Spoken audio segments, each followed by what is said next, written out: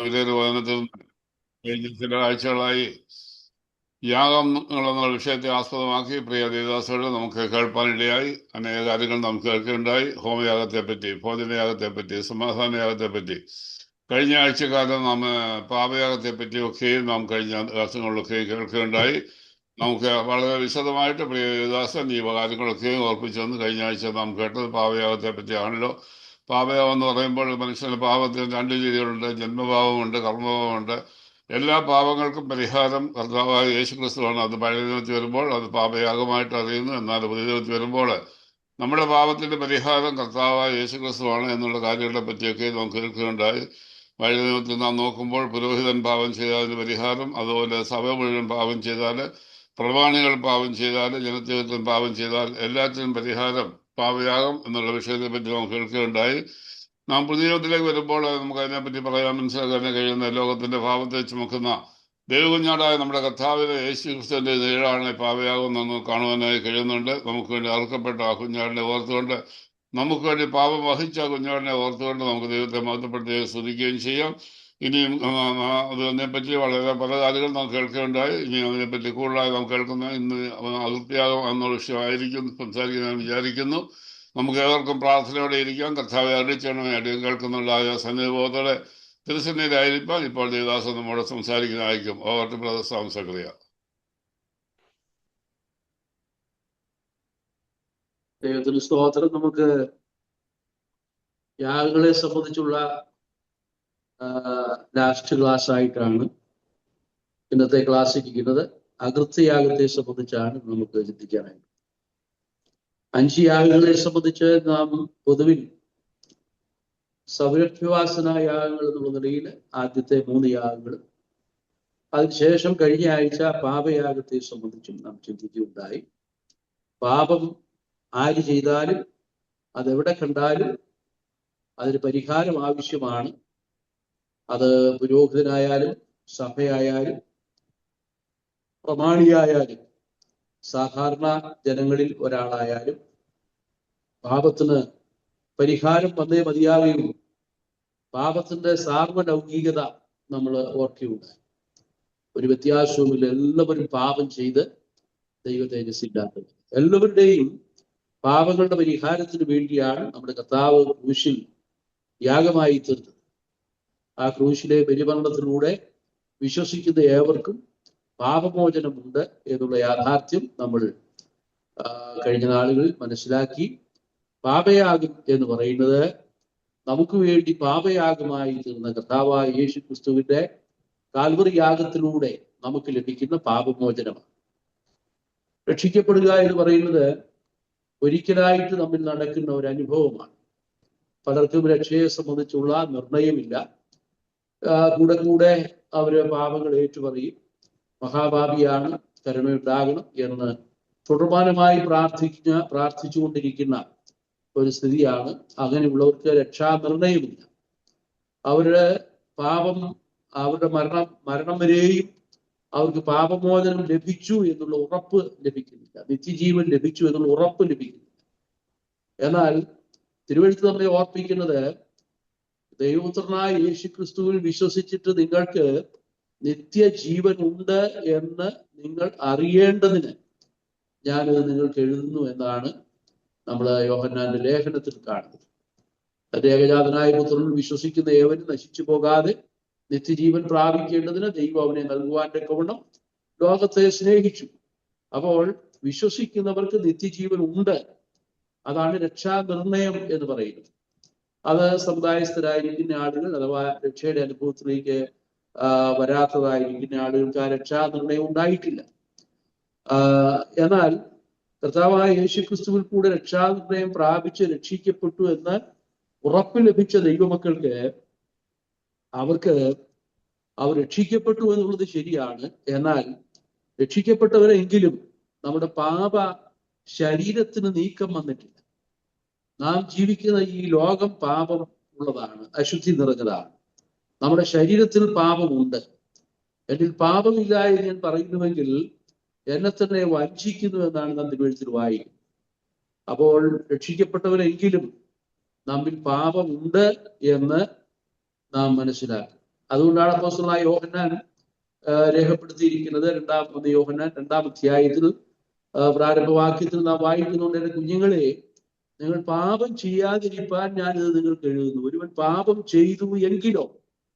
അപ്പോൾ പാപം ചെയ്തു എങ്കിലോ എന്ന് പറഞ്ഞാൽ അതിന്റെ അർത്ഥം പാപം ചെയ്യാൻ സാധ്യതയുണ്ട് എന്നുള്ളതാണ്. രക്ഷിക്കപ്പെട്ടവരെങ്കിലും അവർ യഥാർത്ഥത്തിൽ പ്രേരണ മുഖാന്തരം രക്ഷിക്കപ്പെട്ടവരാണ്.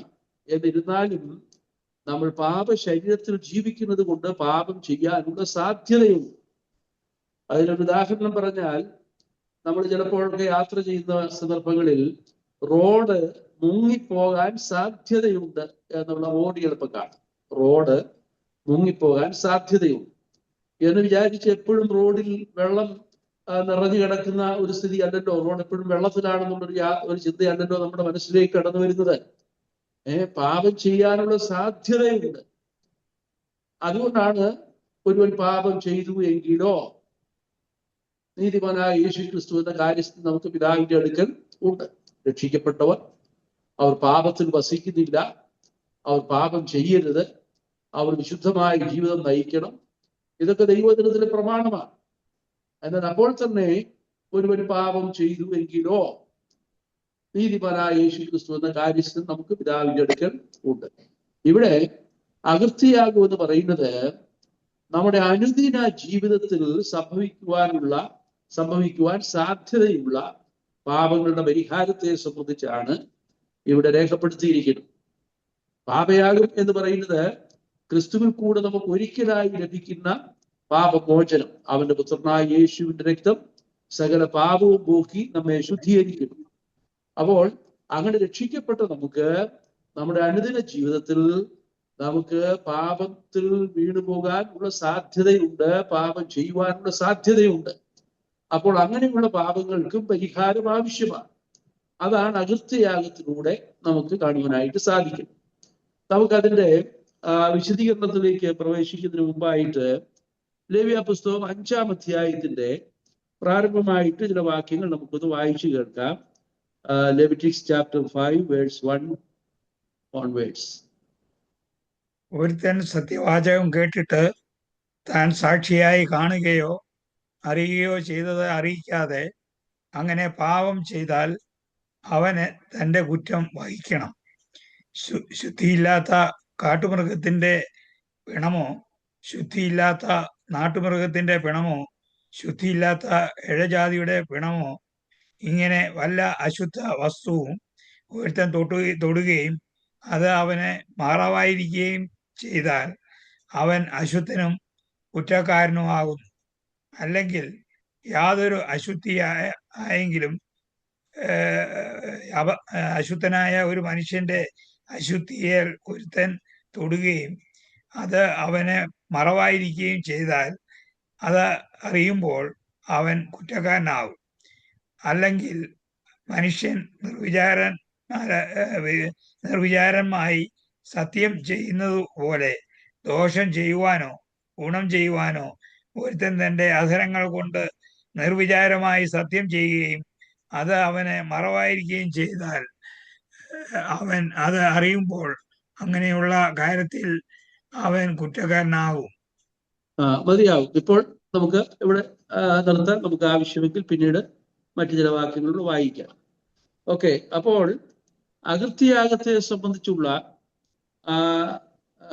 പ്രമാണം അല്ലെങ്കിൽ അകൃത്യയാഗം, ആരൊക്കെയാണ് അകൃത്യയാഗം കഴിക്കേണ്ടത്, അത് നമ്മൾ 5-ാം അധ്യായത്തിൽ തുടർമാനമായിട്ട് 5-ാം അധ്യായം മുഴുവനും ഒന്നാം വാക്യം മുതൽ 19-ാം വാക്യം വരെയുള്ള വേദഭാഗങ്ങളിൽ വ്യത്യസ്ത നിലയിലുള്ള പാപങ്ങളെ സംബന്ധിച്ചാണ് രേഖപ്പെടുത്തിയിരിക്കുന്നത്.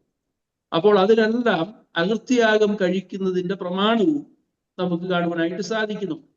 പാപയാഗത്തിന്റെ പ്രമാണവും അകൃത്യയാഗത്തിന്റെ പ്രമാണവും ഒന്ന് തന്നെയാണ് എന്നുള്ളത് നമുക്ക് ഏറെക്കുറെ മനസ്സിലാക്കാനായിട്ട് സാധിക്കും. അതിന്റെ പ്രമാണത്തെ സംബന്ധിച്ച് കൂടുതൽ കാര്യങ്ങളിലേക്ക് പ്രവേശിക്കുവാൻ ആഗ്രഹിക്കുന്നില്ല.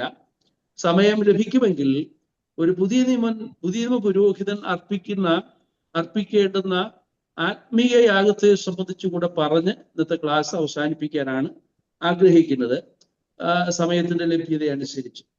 അപ്പോൾ അകൃത്യയാഗം എന്ന് പറയുന്നത് ആരാണ് അകൃത്യയാഗം കഴിക്കേണ്ടത്? അകൃത്യയാഗത്തിന്റെ പൊരുൾ എന്ന് പറയുന്നതും യെശയ്യാപ്രവചനം 53 അധ്യായത്തിന്റെ 10 വാക്യത്തിൽ നാം കാണുന്നുണ്ട്. യെശയ്യാവ് 53:10 നാം ഇങ്ങനെയാണ് വായിക്കുന്നത്: അവന്റെ പ്രാണൻ ഒരു അകൃത്യയാഗമായി തീർന്നിട്ട് അവൻ സന്തതിയെ കാണുകയും ദീർഘായുസ് പ്രാപിക്കുകയും യഹോവയുടെ ഇഷ്ടം അവന്റെ കയ്യാൽ സാധിക്കുകയും ചെയ്യും. അപ്പോൾ കർത്താവായ യേശുക്രിസ്തുവിന്റെ കാൽവരി മരണത്തെ സംബന്ധിച്ച് പ്രവാചകൻ യെശയ്യാപ്രവചനം 53 അധ്യായത്തിൽ രേഖപ്പെടുത്തുമ്പോൾ അവന്റെ പ്രാണൻ ഒരു അകൃത്യയാഗമായി തീർന്നിട്ട് അവൻ സന്തതിയെ കാണുകയും ദീർഘായുസ് പ്രാപിക്കുകയും യഹോവയുടെ ഇഷ്ടം അവന്റെ കയ്യാൽ സാധിക്കുകയും ചെയ്യും എന്ന് രേഖപ്പെടുത്തിയിരിക്കുകയാണ്. അപ്പോൾ അകൃത്യയാഗമായി തീർന്നു, കർത്താവിന്റെ പ്രാണൻ അകൃത്യയാഗമായി തീർന്നു. അതിന്റെ ഫലമായിട്ട് അവൻ സന്തതിയെ കാണുകയും ദീർഘായുസ് പ്രാപിക്കുകയും ചെയ്തു എന്ന് വായിക്കുന്നു. അപ്പോൾ സന്തതി എന്ന് വിശേഷിപ്പിച്ചിരിക്കുന്നത് കർത്താവായ യേശുക്രിസ്തുവിന്റെ കാൽവറി മരണത്തിലൂടെ ഉളവാക്കപ്പെട്ട ദൈവമക്കളെയാണ്, ദൈവസഭയെയാണ് അത് ഉദ്ദേശിക്കുന്നത് എന്ന് പുതിയ നിയമ വെളിച്ചത്തിൽ നമുക്ക് മനസ്സിലാക്കാൻ കഴിയും. ഈ അകൃത്യയാഗം ആരൊക്കെ കഴിക്കണം, എങ്ങനെയുള്ള പാപങ്ങൾക്കാണ് അകൃത്യയാഗം കഴിക്കേണ്ടത്? അതിന് ലേവ്യാപുസ്തകം 5 അധ്യായത്തിന്റെ 1 വാക്യത്തിൽ വായിക്കുന്നത്: ഒരുത്തൻ സത്യവാചകം കേട്ടിട്ട് താൻ സാക്ഷിയായി കാണുകയോ അറിയുകയോ ചെയ്തത് അറിയിക്കാതെ അങ്ങനെ പാപം ചെയ്താൽ അവൻ തന്റെ കുറ്റം വഹിക്കണം.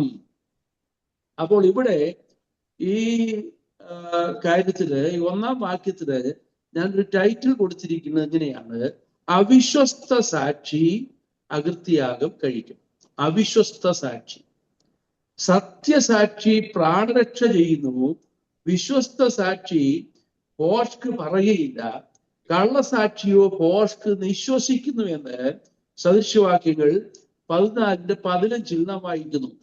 വിശ്വസ്ത സാക്ഷി ഭോഷ്ക് പറയുകയില്ല, കള്ളസാക്ഷിയോ ഭോഷ്ക് നിശ്വസിക്കുന്നു. നമ്മുടെ കർത്താവായ യേശുക്രിസ്തുവിനെ സംബന്ധിച്ച് പറഞ്ഞിരിക്കുന്നത് വിശ്വസ്ത സാക്ഷി എന്നാണ്. വെളിപ്പാട് പുസ്തകം 1 അധ്യായം 6 വാക്യത്തിലാണ് യേശുക്രിസ്തുവിനെ വിശ്വസ്ത സാക്ഷി എന്ന് വിശേഷിപ്പിച്ചിരിക്കുന്നത്. അത് കർത്താവായ യേശുക്രിസ്തുവിന്റെ പ്രവാചക ശുശ്രൂഷയോടുള്ള ബന്ധത്തിലാണ് വിശ്വസ്ത സാക്ഷി എന്ന് രേഖപ്പെടുത്തിയിരിക്കുന്നത്. 3 പ്രത്യേക കാര്യങ്ങളാണ് നമുക്കവിടെ കാണുവാനായിട്ട് സാധിക്കുന്നത്. വിശ്വസ്ത സാക്ഷിയും മരിച്ചവരിൽ ആദ്യജാതനും ഭൂരാജാക്കന്മാർക്ക് അധിപതി. വെളിപ്പാട് പുസ്തകം 1 അധ്യായത്തിന്റെ 6 വാക്യത്തിൽ നമുക്കിത് കാണാനായിട്ട് സാധിക്കുന്നു. ഇത് കർത്താവായ യേശുക്രിസ്തുവിന്റെ 3 ഔദ്യോഗിക പദവികളെ കുറിക്കുന്നതാണ്. ഒന്ന്, വിശ്വസ്ത സാക്ഷി എന്ന് പറയുന്നത് സ്വർഗത്തിൽ ഉള്ള കാര്യങ്ങൾ പിതാവിൽ നിന്ന് വ്യക്തമായിട്ട് മനസ്സിലാക്കി ആ പിതാവിന്റെ അടുത്ത് നിന്ന് ഭൂമിയിലേക്ക് ഇറങ്ങി വന്ന് സ്വർഗീയ കാര്യങ്ങളെ അവിശ്വസ്തത കൂടാതെ വിശ്വസ്തയോടുകൂടെ വെളിപ്പെടുത്തി തന്ന വിശ്വസ്ത സാക്ഷിയാണ് നമ്മുടെ കർത്താവായ യേശുക്രിസ്തു. അപ്പോൾ സ്വർഗത്തിലെ കാര്യങ്ങൾ അറിയുവാൻ വേറെ മറ്റു യാതൊരു മാർഗവും നമുക്കില്ല. സ്വർഗത്തിൽ നിന്ന് ഇറങ്ങി വന്നവൻ, സ്വർഗത്തിൽ കരയേറിയവൻ, ഇനിയും സ്വർഗത്തിൽ നിന്ന് ഇറങ്ങി വരുവാനുള്ളവൻ, അങ്ങനെ സ്വർഗീയമായ കാര്യങ്ങൾ വസ്തുനിഷ്ഠമായി മനസ്സിലാക്കി തൻ്റെ കണ്ണുകൊണ്ട് കണ്ടതും താൻ ചെവി കൊണ്ട് കേട്ടതും തൻ്റെ കൈ തൊട്ടതുമായ ജീവന്റെ വചനം എന്ന് യോഹന്നാന്റെ 1 ലേഖനത്തിൽ രേഖപ്പെടുത്തിയിരിക്കുന്നത് പോലെ നമ്മുടെ കർത്താവായ യേശുക്രിസ്തുവിന്റെ വിശ്വസ്ത സാക്ഷി എന്നുള്ള പേര് അത് ഏറ്റവും അനുയോജ്യമായി തീരുന്നത് സ്വർഗീയമായ കാര്യങ്ങൾ അതുള്ളതുപോലെ നമുക്ക് വെളിപ്പെടുത്തി തന്ന വിശ്വസ്ത സാക്ഷി എന്നുള്ള നിലയിൽ നമുക്ക് കർത്താവിനെ മനസ്സിലാക്കാൻ കഴിയും. അതുപോലെ തന്നെ യേശുക്രിസ്തു വിശ്വസ്ത സാക്ഷി ആയിരുന്നത് പോലെ തന്നെ നമുക്കും വിശ്വസ്ത സാക്ഷികളായിരിക്കാനായിട്ട് സാധിക്കും. നാം എന്താണ് മനസ്സിലാക്കിയത്, എന്താണ് നാം കണ്ടത്, എന്താണ് നാം അറിഞ്ഞത്?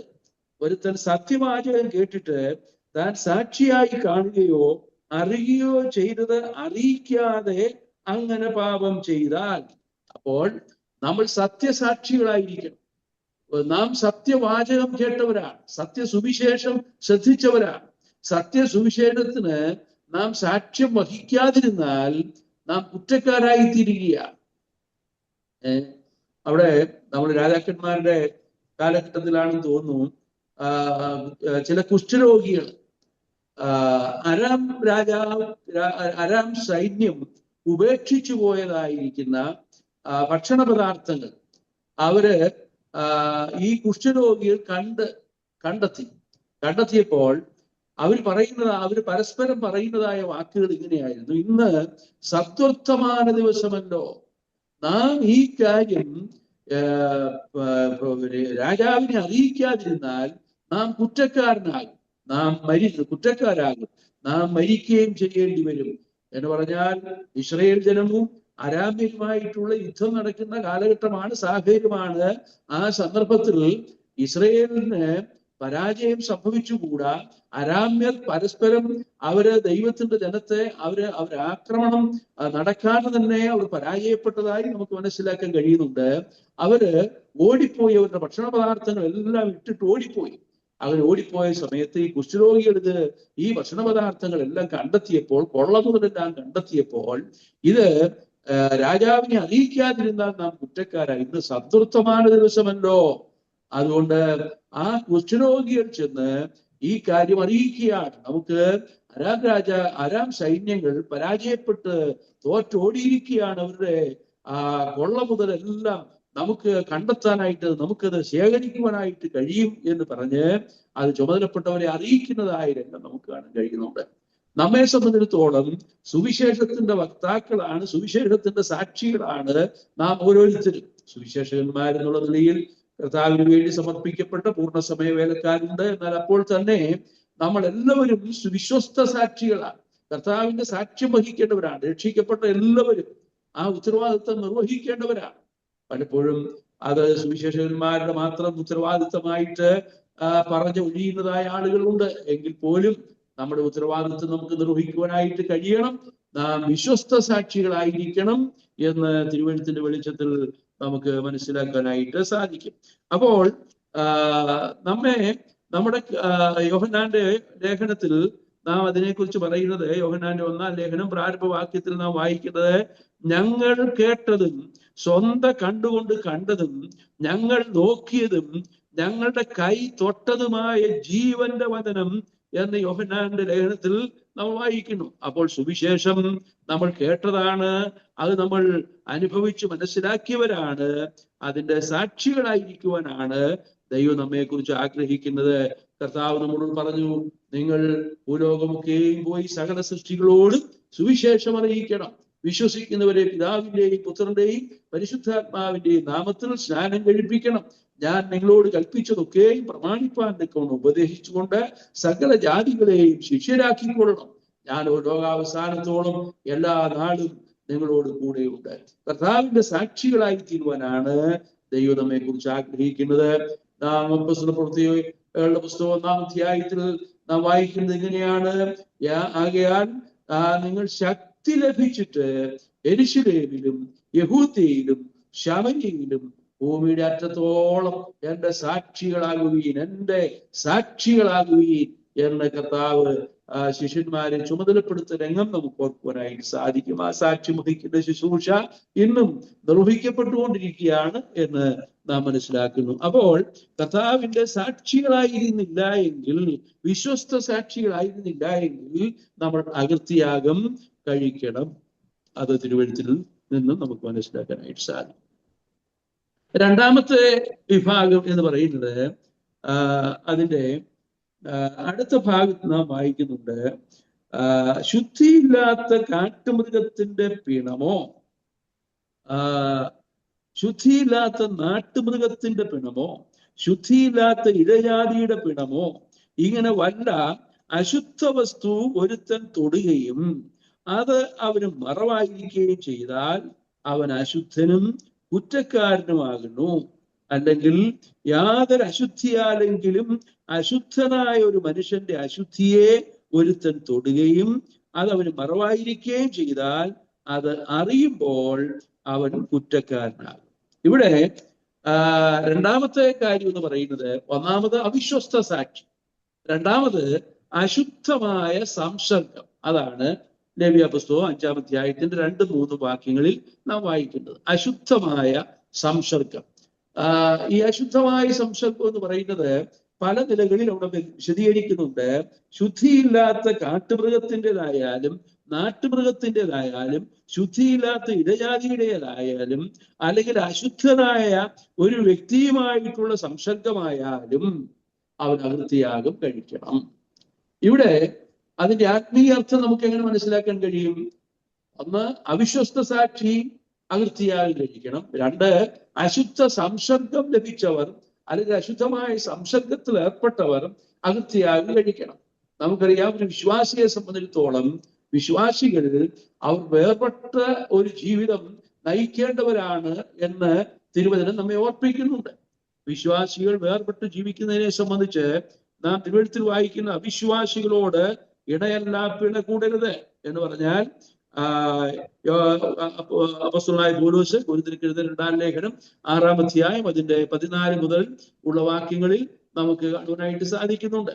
അപ്പോൾ അവിശ്വാസികളുമായിട്ട് ഇണയില്ല പിണ കൂടുക എന്ന് പറഞ്ഞാൽ നീതിക്കും അധർമ്മത്തിനും തമ്മിൽ ചേർച്ചയില്ലാത്തതുപോലെ, ഇരുളിനും വെളിച്ചത്തോട് കൂട്ടായ്മയില്ലാത്തതുപോലെ, ക്രിസ്തുവിനും ബലിയാലിനും തമ്മിൽ ബന്ധമില്ലാത്തതുപോലെ, ദൈവാലയത്തിന് വിഗ്രഹങ്ങളോട്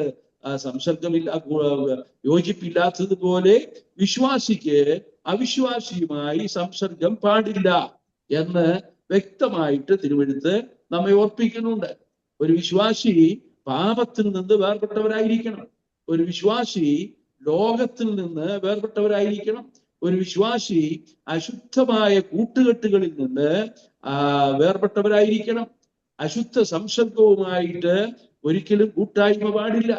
അവിശ്വാസികളുമായിട്ട് ഇണയില്ല പിണ പാടില്ല എന്ന് വ്യക്തമായിട്ട് ദൈവവചനം വിലക്കിയിരിക്കുക. അതുപോലെ തെറ്റിപ്പോയ, ഒരിക്കൽ വിശ്വാസത്തിലായിരുന്നു പക്ഷേ തെറ്റിപ്പോയ ഒരു വ്യക്തിയുമായിട്ടുള്ള സംസർഗം പാടില്ല. ഇങ്ങനെ ദുർനടപ്പുകാരോട് സംസർഗം അരുത് എന്ന് നാം തിരുവഴുത്തിൽ വായിക്കുന്നു. ഇങ്ങനെയുള്ള വിവിധ നിലകളിലുള്ള വേർപെട്ട ജീവിതത്തെ സംബന്ധിച്ച് നാം തിരുവഴുത്തിൽ വായിക്കുന്നുണ്ട്. അപ്പോൾ നമ്മുടെ ക്രിസ്തീയ ജീവിതത്തിൽ അവിശ്വാസികളുമായിട്ടുള്ള സംസർഗം ഉണ്ടാകാൻ പാടില്ല. അശുദ്ധമായ സംസർഗം ഉണ്ടാകാൻ പാടില്ല. 1-ാം സങ്കീർത്തനത്തിൽ നാം വായിക്കുന്നത് പാപികളുടെ വഴിയിൽ നിൽക്കാതെയും പരിഹാസികളുടെ ഇരിപ്പിടത്തിൽ ഇരിക്കാതെയും ദുഷ്ടന്മാരുടെ ആലോചന പ്രകാരം നടക്കാതെയും പാപികളുടെ വഴിയിൽ നിൽക്കാതെയും പരിഹാസികളുടെ ഇരിപ്പിടത്തിൽ ഇരിക്കാതെയും യഹോവയുടെ ന്യായപ്രമാണത്തിൽ സന്തോഷിച്ചവരുടെ ന്യായപ്രമാണത്തെ രാപ്പകൽ ധ്യാനിക്കുന്ന മനുഷ്യൻ ഭാഗ്യവാൻ. വിശ്വാസികളായി നമ്മൾ അശുദ്ധമായ സംസർഗത്തിൽ നിന്ന് ഒഴിഞ്ഞിരിക്കണം എന്ന് തിരുവെഴുത്ത് വ്യക്തമായി നമ്മെ ഓർപ്പിക്കുകയാണ്. നമുക്കറിയാം, ഇന്ന് ഈ രക്ഷിക്കപ്പെട്ട ദൈവമക്കളെ സംബന്ധിച്ചോളം വേർപാടിന്റെ മൂർധന്യാവസ്ഥയിൽ അതിൻ്റെതായ മുഷ്കര സമയത്ത് ജീവിച്ചിരുന്ന ഒരു വ്യക്തിയാണല്ലോ മഹാകവി KV സൈമൺ സാർ. അദ്ദേഹത്തിന്റെ കാലഘട്ടത്തെ സംബന്ധിച്ച് നോക്കിയാൽ ഈ അവിശ്വാസികളുമായിട്ട് ഇണയില്ലാപ്പിണ കൂടരുത്, വിയോജിത പ്രസ്ഥാനം, വേർപാട് എന്നുള്ള ആശയത്തിന് ശക്തമായി ഊന്നൽ കൊടുത്ത ഒരു ഭക്തനായ മനുഷ്യനായിരുന്നു അദ്ദേഹം എന്ന് ഞാൻ മനസ്സിലാക്കുന്നു. അങ്ങനെയെങ്കിൽ അന്ന് അവിശ്വാസികളുമായിട്ട് ഇണയില്ലാപ്പിണ കൂടരുത് എന്ന് പറയുമ്പോൾ ജഡീകമായ ഉല്ലാസങ്ങളിൽ ഏർപ്പെടുന്ന കളികളിലും അങ്ങനെയുള്ള വിനോദ കാര്യങ്ങളിൽ ഏർപ്പെടുന്നത് വരെ വിലക്കപ്പെട്ടിരുന്നു. പക്ഷേ ഇന്ന് ആ സ്ഥിതിക്കൊക്കെ മാറ്റം വന്നു.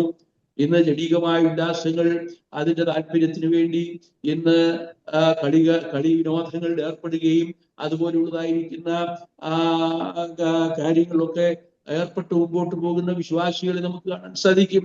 എന്നാൽ നമ്മളുടെ ആത്മാവിന് ഗുണം ചെയ്യാത്ത, എന്ന് വെച്ചാൽ നമ്മുടെ ആത്മീയ ജീവിതത്തിന് ദോഷം ചെയ്യുന്നതായിട്ടുള്ള ജഡീകമായ ഉല്ലാസങ്ങളിൽ നിന്നും കളി വിനോദങ്ങളിൽ നിന്നും ഒക്കെ നാം വേർപെട്ട് ജീവിക്കേണ്ടവരാണ്.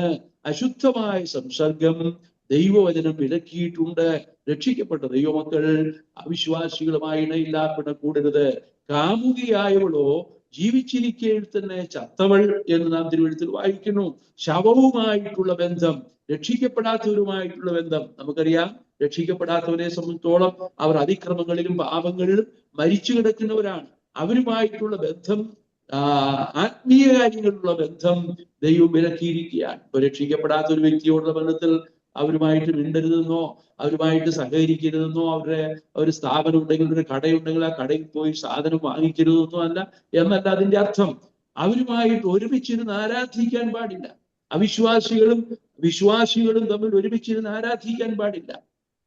ഒരു വിഭാഗം ആളുകൾ നമുക്കറിയാം. അതുകൊണ്ടാണ് രക്ഷിക്കപ്പെട്ട ദൈവമക്കൾ രക്ഷിക്കപ്പെടാത്ത ഒരു വിഭാഗം ആളുകൾ ഒരു സുവിശേഷകനെ സുവിശേഷം പ്രസംഗിക്കുവാനായിട്ട് വിളിച്ചു. ആ വ്യക്തിയുടെ അവരുടെ ആ സഭയുടെ അല്ലെങ്കിൽ ആ സമുദായത്തിന്റെ താല്പര്യം അനുസരിച്ച് അവിടെ പോയി സുവിശേഷം പ്രസംഗിക്കുന്നത് തെറ്റാണെന്ന് ഞാൻ പറയുന്നില്ല. സുവിശേഷം ആര് വിളിച്ചാലും എവിടെയായാലും പ്രസംഗിക്കുവാൻ പാപികളോടാണല്ലോ സുവിശേഷം പ്രസംഗിക്കേണ്ടത്. എന്നാൽ അവരുമായിട്ട് ഒന്നിച്ച് ആരാധിക്കാനായിട്ട് വ്യവസ്ഥയില്ല. ആരാധന രക്ഷിക്കപ്പെട്ട ദൈവമക്കളുമായി മാത്രമേ പാടുള്ളൂ. അവിശ്വാസികളുമായി ഇണയില്ലാപ്പണം കൂടരുത്. അശുദ്ധമായ സംസർഗം ഉണ്ടായിട്ടുണ്ടെങ്കിൽ അവർ അകൃത്യയാഗം കഴിക്കണം എന്ന് തിരുവെഴുത്ത് വ്യക്തമാക്കുന്നു. മൂന്നാമത്തെ കാര്യം എന്ന് പറയുന്നത് അതിന്റെ 4-ാം വാക്യത്തിൽ രേഖപ്പെടുത്തിയിട്ടുണ്ട്. മൂന്നാമത് എങ്ങനെയുള്ള വിഭാഗത്തിൽപ്പെട്ടവരാണ് അകൃത്യയാഗം കഴിക്കേണ്ടത്? അതിന്റെ 4-ാം വാക്യം നാം എങ്ങനെ വായിക്കുന്നു? അല്ലെങ്കിൽ മനുഷ്യൻ നിർവിചാരമായി സത്യം ചെയ്യുന്നത് പോലെ ദോഷം ചെയ്യുവാനോ ഗുണം ചെയ്യുവാനോ ഒരുത്തൻ തന്റെ അധരങ്ങൾ കൊണ്ട് നിർവിചാരമായി സത്യം ചെയ്യുകയും അത് അവന് മറവായിരിക്കുകയും ചെയ്താൽ അവൻ അതറിയുമ്പോൾ അങ്ങനെയുള്ള കാര്യത്തിൽ അവൻ കുറ്റക്കാരനാകും. ആ ഒരു കാര്യത്തിൽ അവൻ കുറ്റക്കാരനാകുമ്പോൾ താൻ പാപം ചെയ്തു എന്ന് അവൻ പാപം ഏറ്റുപറയണം. അവൻ ചെയ്ത പാപം നിമിത്തം അവൻ യഹോവയ്ക്ക് അകൃത്യയാഗമായി ചെമ്മരിയാട്ടിൻകുട്ടിയെയോ കോലാട്ടിൻകുട്ടിയോ ആയ ഒരു പെണ്ണാട്ടിനെ പാപയാഗമായി കൊണ്ടുവരണം. പുരോഹിതൻ അവന് വേണ്ടി അവന്റെ പാപനിമിത്തം പ്രായശ്ചിത്തം കഴിക്കണം. അപ്പോൾ ഇവിടെ നാം കാണുന്നത് ഒന്നാമത് അവിശ്വസ്ത സാക്ഷി, രണ്ടാമത് അശുദ്ധമായ സംസർഗം, മൂന്നാമത് ആണയിടുന്നതും നിർവിചാരമായി സത്യം ചെയ്യുന്നതും. ആണയിടുന്നതും നിർവിചാരമായി സത്യം ചെയ്യുന്നതും. അങ്ങനെയുള്ളവർ അകൃത്യയാഗം കഴിക്കണം എന്നുള്ളതാണ്. നമുക്കറിയാം ഈ ആണയിടുക എന്ന് പറയുന്നത് കർത്താവ് പുതിയ നിയമത്തിൽ അതിനെക്കുറിച്ച് പഠിപ്പിച്ചിരിക്കുന്ന നമുക്ക് ഓർക്കുവാനായിട്ട് സാധിക്കും. മത്തായിയുടെ സുവിശേഷം 5-ാം അധ്യായം 33 മുതൽ 37 വരെയുള്ള വാക്യങ്ങൾ നമുക്കത് കാണാനായിട്ട് സാധിക്കുന്നുണ്ട്. അവിടെ നാം ഇങ്ങനെ വായിക്കുന്നു: സ്വർഗത്തെയോ ഭൂമിയെയോ തലയെയോ ചൊല്ലി സത്യം ചെയ്യരുത് എന്ന് കർത്താവ് പഠിപ്പിച്ചിട്ടുണ്ട്. സ്വർഗം ദൈവത്തിന്റെ സിംഹാസനമാണ്, ഭൂമി അവന്റെ പാദപീഠമാണ്.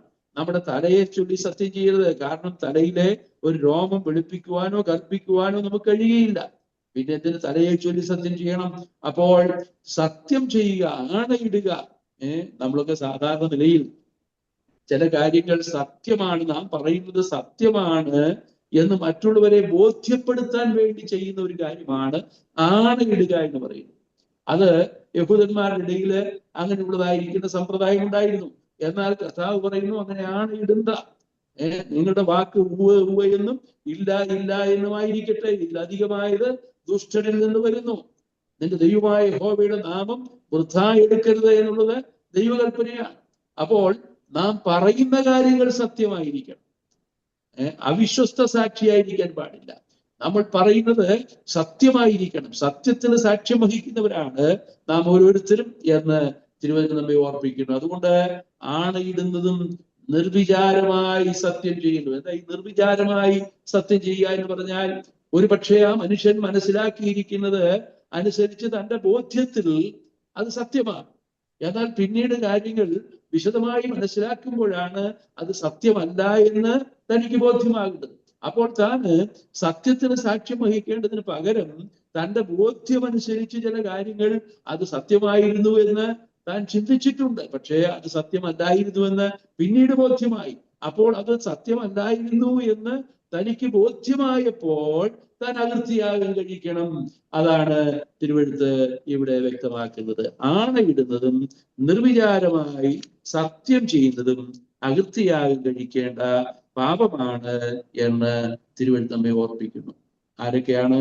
ഒന്ന്, അവിശ്വസ്ത സാക്ഷി; 2, അശുദ്ധമായ സംസർഗം; 3, ആണയിടുന്നതും നിർവിചാരമായി സത്യം ചെയ്യുന്നവരും അകൃത്യയാഗം കഴിക്കണം. ഇതൊക്കെ നമ്മുടെ വ്യക്തിപരമായ ജീവിതത്തിൽ സംഭവിക്കാൻ സാധ്യതയുള്ള പാപങ്ങളാണ്. രക്ഷിക്കപ്പെട്ടവരെങ്കിലും നമ്മുടെ അനുദിന ജീവിതത്തിൽ എത്രയെത്ര പാപങ്ങൾ ആ നിലയിൽ സംഭവിക്കുന്നുണ്ട്. നമ്മൾ വേണ്ട പോലെ സത്യസാക്ഷികളായിരിക്കാതെ വണ്ണം നമ്മുടെ കണ്ണുകൊണ്ട് കണ്ടതും കൈകൊണ്ട് തൊട്ടതും നമ്മൾ അനുഭവിച്ചറിഞ്ഞതുമായ സത്യങ്ങൾക്ക് സാക്ഷ്യം വഹിക്കാതെ പലപ്പോഴും നമ്മൾ തെറ്റുകാരായി തീർന്നു പോയിട്ടില്ലേ? അപ്പോൾ നമ്മൾ സുവിശേഷത്തിന് സാക്ഷ്യം വഹിക്കുന്നില്ല എങ്കിൽ നമ്മൾ തെറ്റുകാരാണ് എന്നുള്ള ബോധ്യം നമുക്കുണ്ടെങ്കിൽ നമ്മൾ അകൃത്യയാഗം കഴിക്കുകയും അതിന് പരിഹാരം വരുത്തുകയും ചെയ്യേണ്ടത് ആവശ്യമാണ്. അശുദ്ധമായ സംസർഗം ഉണ്ടായിട്ടില്ലേ? ദൈവത്തിന്റെ വചനത്തിൽ വിഗ്രഹങ്ങളോട് അകന്നുകൊള്ളുവീൻ എന്ന് തിരുവെഴുത്ത് നമ്മെ ഓർപ്പിക്കുന്നുണ്ട്.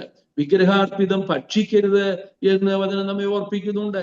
അശുദ്ധമായ സംസർഗം ദൈവമക്കൾക്ക് ഉതകുന്നതല്ല, ദൈവമക്കൾക്ക് വിലക്കപ്പെട്ടതാണ് എന്ന് തിരുവെഴുത്ത് നമ്മെ ഓർപ്പിക്കുന്നു. അതുപോലെ ആണയിടുന്നതും നിർവിചാരമായി സത്യം ചെയ്യുന്നതും പലപ്പോഴും ഇങ്ങനെയുള്ള ഈ പാപങ്ങളുടെ കൂട്ടത്തിൽ ഈ കാലഘട്ടത്തിൽ സോഷ്യൽ മീഡിയ വളരെയധികം പാപം ചെയ്യുവാൻ സാധ്യത അല്ലെങ്കിൽ അതിനോട് മുഖാന്തരമായി തീരുന്നുണ്ട്. ഈ ഒരു പക്ഷേ ഒരു വ്യക്തിയെ തേജോവധം ചെയ്യുന്നതിന് വേണ്ടി മനഃപൂർവമായിട്ട് ചില കള്ളക്കഥകൾ കെട്ടിയുണ്ടാക്കുകയും അത് പ്രചരിപ്പിക്കുകയും ചെയ്യുന്നതായിരിക്കുന്ന ഒരു സ്ഥിതിവിശേഷം ഈ കാലഘട്ടത്തിൽ വ്യാപകമായിട്ടുണ്ട്. സോഷ്യൽ മീഡിയയിലൂടെ ആത്മീയരുടെ ഇടയിലും അനാത്മീയരുടെ ഇടയിലും അങ്ങനെയുള്ളതായിരിക്കുന്ന പ്രവർത്തനങ്ങൾ നടക്കുന്നുണ്ട്. നമുക്കറിയാം, അതിന്റെ വസ്തുനിഷ്ഠമായിട്ടുള്ള കാര്യങ്ങൾ മനസ്സിലാക്കുകയോ അല്ലെങ്കിൽ ഏത് വ്യക്തിയെ കുറിച്ച് ആരോപണം ഉണ്ടാക്കുന്നു ആ വ്യക്തിയെ കുറിച്ച് ആ കാര്യങ്ങളുടെ വിശകലനം അല്ലെങ്കിൽ ചോദിച്ച് കാര്യങ്ങൾ മനസ്സിലാക്കുകയോ ചെയ്യാതെ സോഷ്യൽ മീഡിയയിലൂടെ പരസ്യമായിട്ട് അവഹേളിക്കുന്ന പരദൂഷണം പ്രചരിപ്പിക്കുന്ന ഒരു സ്ഥിതിവിശേഷം ഇന്ന് നമുക്ക് കാണാൻ കഴിയുന്നുണ്ട്. ദൈവത്തിന്റെ വചനത്തിൽ വ്യക്തമായിട്ട് ഇസ്രായേൽ ജനത്തോട് ബന്ധത്തിൽ വ്യവസ്ഥകൾ പറയുമ്പോൾ നമ്മൾക്ക് വസ്തുനിഷ്ഠമായി അറിയാൻ വയ്യാത്ത കാര്യങ്ങൾ ഒരിക്കലും മൂന്നാമതൊരാളോട് അല്ലെങ്കിൽ രണ്ടാമതൊരാളോട് മറ്റൊരാളോട് പറയുവാൻ വ്യവസ്ഥയില്ലാത്തതാണ്. അത് അകൃത്യയാഗം കഴിക്കേണ്ട പാപമാണ്. പരദൂഷണം അത് അകൃത്യയാഗം കഴിക്കേണ്ട പാപമാണ് എന്ന് തിരുവെഴുത്ത് നമ്മെ ഓർപ്പിക്കുകയാണ്. അങ്ങനെയെങ്കിൽ നമുക്കറിയാം, ഇന്ന് എത്രയോ ദൈവമക്കൾ എന്ന് പേർ പറയപ്പെട്ടവർ പോലും എത്രയോ പരദൂഷണങ്ങളുടെ അതിന്റെ പ്രചാരകരായിരുന്നിട്ട് അവർ അപ്പം മുറിക്കുകയും അവർ കർത്താവിനെ ആരാധിക്കുകയും ചെയ്യുന്നുണ്ട്. അതൊക്കെ ദൈവസന്നിധിയിൽ അകൃത്യയാഗം കഴിക്കേണ്ട പാപമാണ് എന്നുള്ളതും തിരുവെഴുത്ത് നമ്മെ ഓർപ്പിക്കുകയാണ്. അത് മാത്രമല്ല, നേർച്ച നേർന്നിട്ട് നിവർത്തിക്കാതിരിക്കുന്നത് പാപമാണ്. നേർച്ച എന്ന് പറയുന്നത് ഒരു ആണയാണല്ലോ. അത് ദൈവസന്നിധിയിൽ ചെയ്യുന്ന ഒരു ഉടമ്പടിയാണ്, ഒരു നേർച്ചയാണ്, അതൊരു ആണയാണ്. അങ്ങനെ നേർച്ച നേർന്നിട്ട് അത് നിവർത്തിക്കാതിരിക്കുന്നത് പാപമാണ്. അത് അകൃത്യയാഗം കഴിക്കേണ്ടതാണ്. ആവർത്തന പുസ്തകം 23-ാം അധ്യായം 21 മുതൽ 23 വരെയുള്ള വാക്യങ്ങളിൽ നമുക്കത് കാണുവാനായിട്ട് സാധിക്കുന്നുണ്ട്. ഒരുവൻ നേർന്നിട്ട് നിവർത്തിക്കാതിരിക്കുന്നതിനേക്കാൾ നേരാതിരിക്കുന്നത് നല്ലത്. നേർച്ച അർപ്പിച്ചെങ്കിൽ ദൈവസന്നിധിയിൽ ഉടമ്പടി ചെയ്തിട്ടുള്ളതാണെങ്കിൽ, സത്യം ചെയ്തിട്ടുള്ളതാണെങ്കിൽ അവനത് ചെയ്തേ മതിയാകുകയുള്ളൂ. ഇങ്ങനെ അകൃത്യയാഗം കഴിക്കേണ്ട പാപങ്ങളുടെ ലിസ്റ്റിൽ 3 കാര്യങ്ങൾ ഞാൻ ഓർപ്പിച്ചു. 4ാമത്തെ കാര്യം എന്ന് പറയുന്നത് ലേവ്യ പുസ്തകം 5-ാം അധ്യായം 15-ാം വാക്യത്തിൽ നമുക്ക് കാണാനായിട്ട് സാധിക്കും. ലേവ്യ 5:15 അവിടെ നാം വായിക്കുന്നത്, യഹോവ പിന്നെയും മോശയോട് അരുളി ചെയ്തത് എന്തെന്നാൽ, ആരെങ്കിലും യഹോവയുടെ വിശുദ്ധ വസ്തുക്കളെ സംബന്ധിച്ച് അബദ്ധവശാൽ അതിക്രമം ചെയ്തു പഠിച്ചുവെങ്കിൽ അവൻ തന്റെ അകൃത്യത്തിന് വിശുദ്ധ മന്ദിരത്തിലെ തൂക്കപ്രകാരം നീ മതിക്കുന്ന വിലയ്ക്കുള്ളതായി ഊനമില്ലാത്ത ഒരു ആട്ടുകൊറ്റനെ അകൃത്യയാഗമായി യഹോവയ്ക്ക് കൊണ്ടുവരണം. വിശുദ്ധ വസ്തുക്കളെ സംബന്ധിച്ച് മതിയാവും, നമുക്ക് മതിയാവും. അവിടെ എല്ലാം വായിക്കണമെന്നില്ല. നമുക്ക് ഇവിടെ പ്രധാന ഭാഗം വായിച്ചു കഴിഞ്ഞു. അവിടെ നമുക്ക് കാണാൻ കഴിയുന്നത് വിശുദ്ധ വസ്തുക്കൾ സംബന്ധിച്ചുള്ള പാപമാണ്. അപ്പോൾ അവിശ്വസ്ത സാക്ഷി, അശുദ്ധമായ സംസർഗം, ആണയിടുന്നതും നിർവിചാരമായി സത്യം ചെയ്യുന്നതും. 4ാമത്തെ കാര്യം എന്ന് പറയുന്നത് വിശുദ്ധ വസ്തുക്കൾ സംബന്ധിച്ചുള്ള പാപമാണ്. വിശുദ്ധ വസ്തുക്കൾ എന്ന് പറയുന്നത് ഇസ്രായേൽ ജനത്തോടുള്ള ബന്ധത്തിൽ വിശുദ്ധ വസ്തുക്കൾ കൈകാര്യം ചെയ്യുന്നത് ലേവ്യരും പുരോഹിതന്മാരുമാണ്. ഈ ലേവ്യരെയും പുരോഹിതന്മാരെയും പ്രധാനമായിട്ട് ഉദ്ദേശിച്ചുകൊണ്ടാണ് പഴയ നിയമ കാലഘട്ടത്തിൽ അകൃത്യയാഗം കഴിക്കേണ്ടിയിരുന്നത്.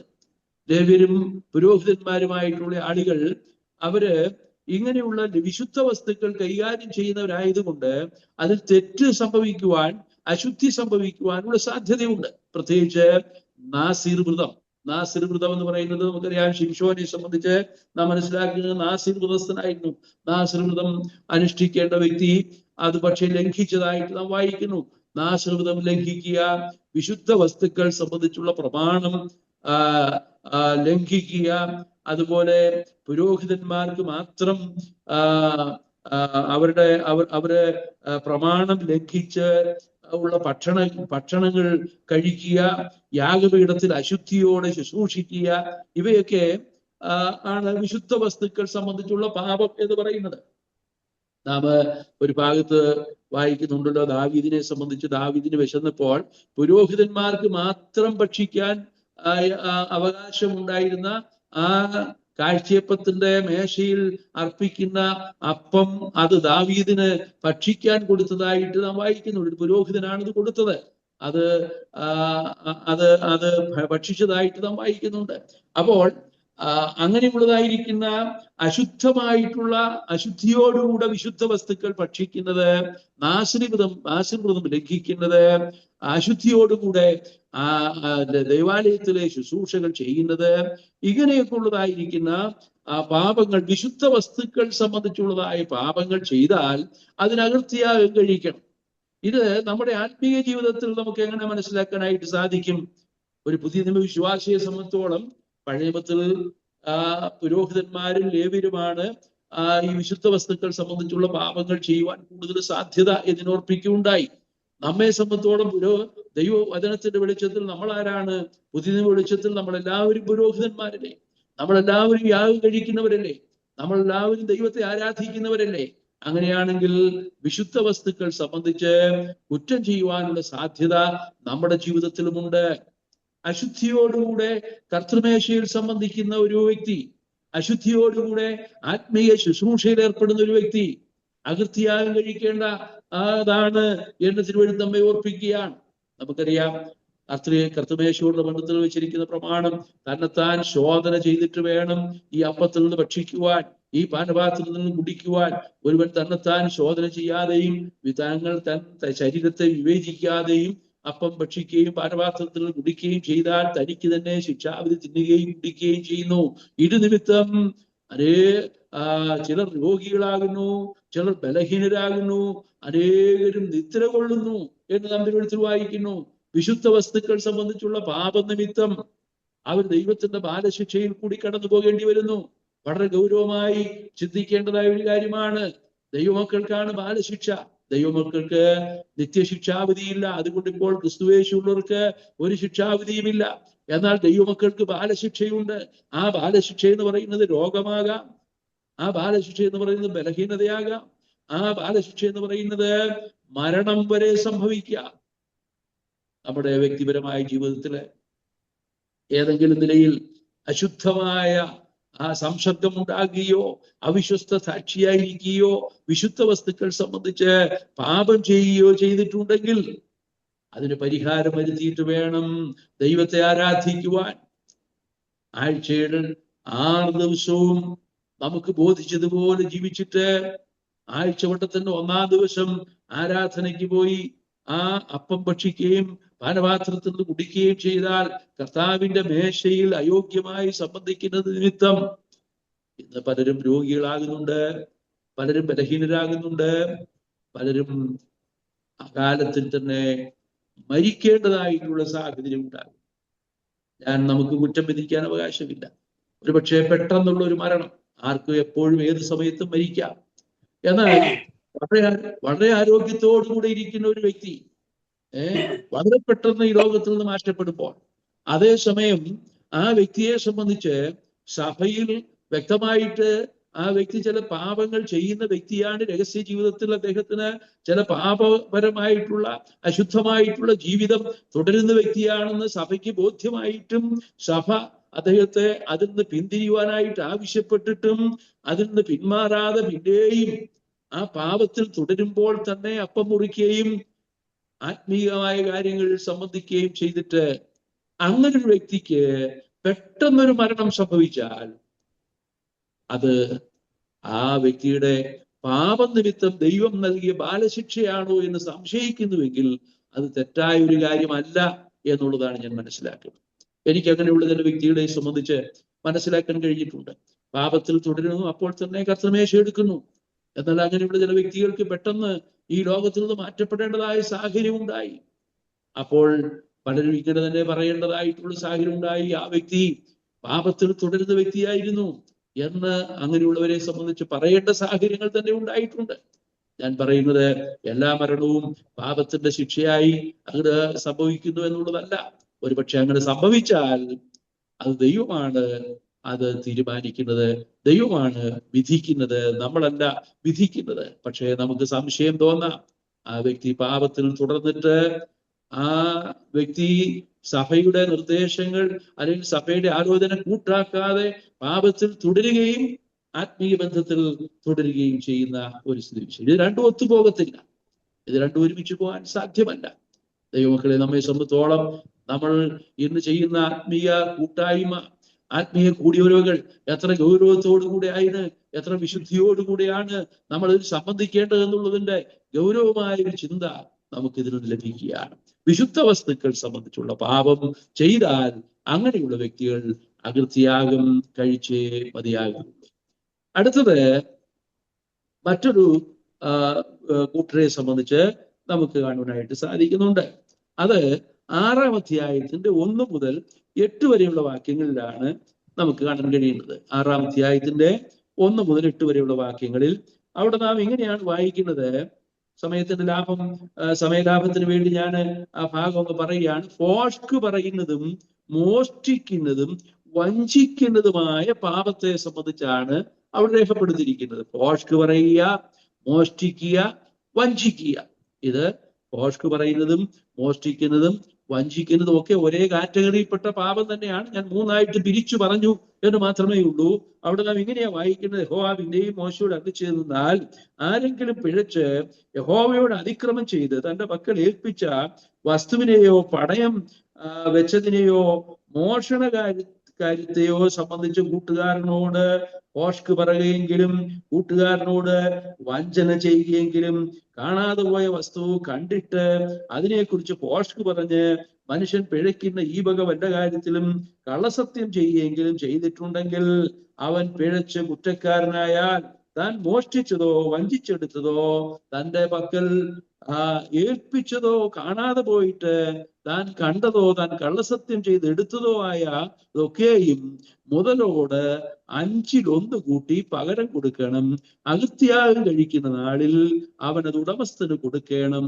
അകൃത്യാഗത്തിനായിട്ട് അവൻ നിന്റെ മതിപ്പ് പോലെ ഊനമില്ലാത്ത ഒരു ആട്ടുകൊറ്റനെ യഹോവയ്ക്ക് അകൃത്യാഗമായി പുരോഹിതന്റെ അടുക്കൽ കൊണ്ടുവരേണം.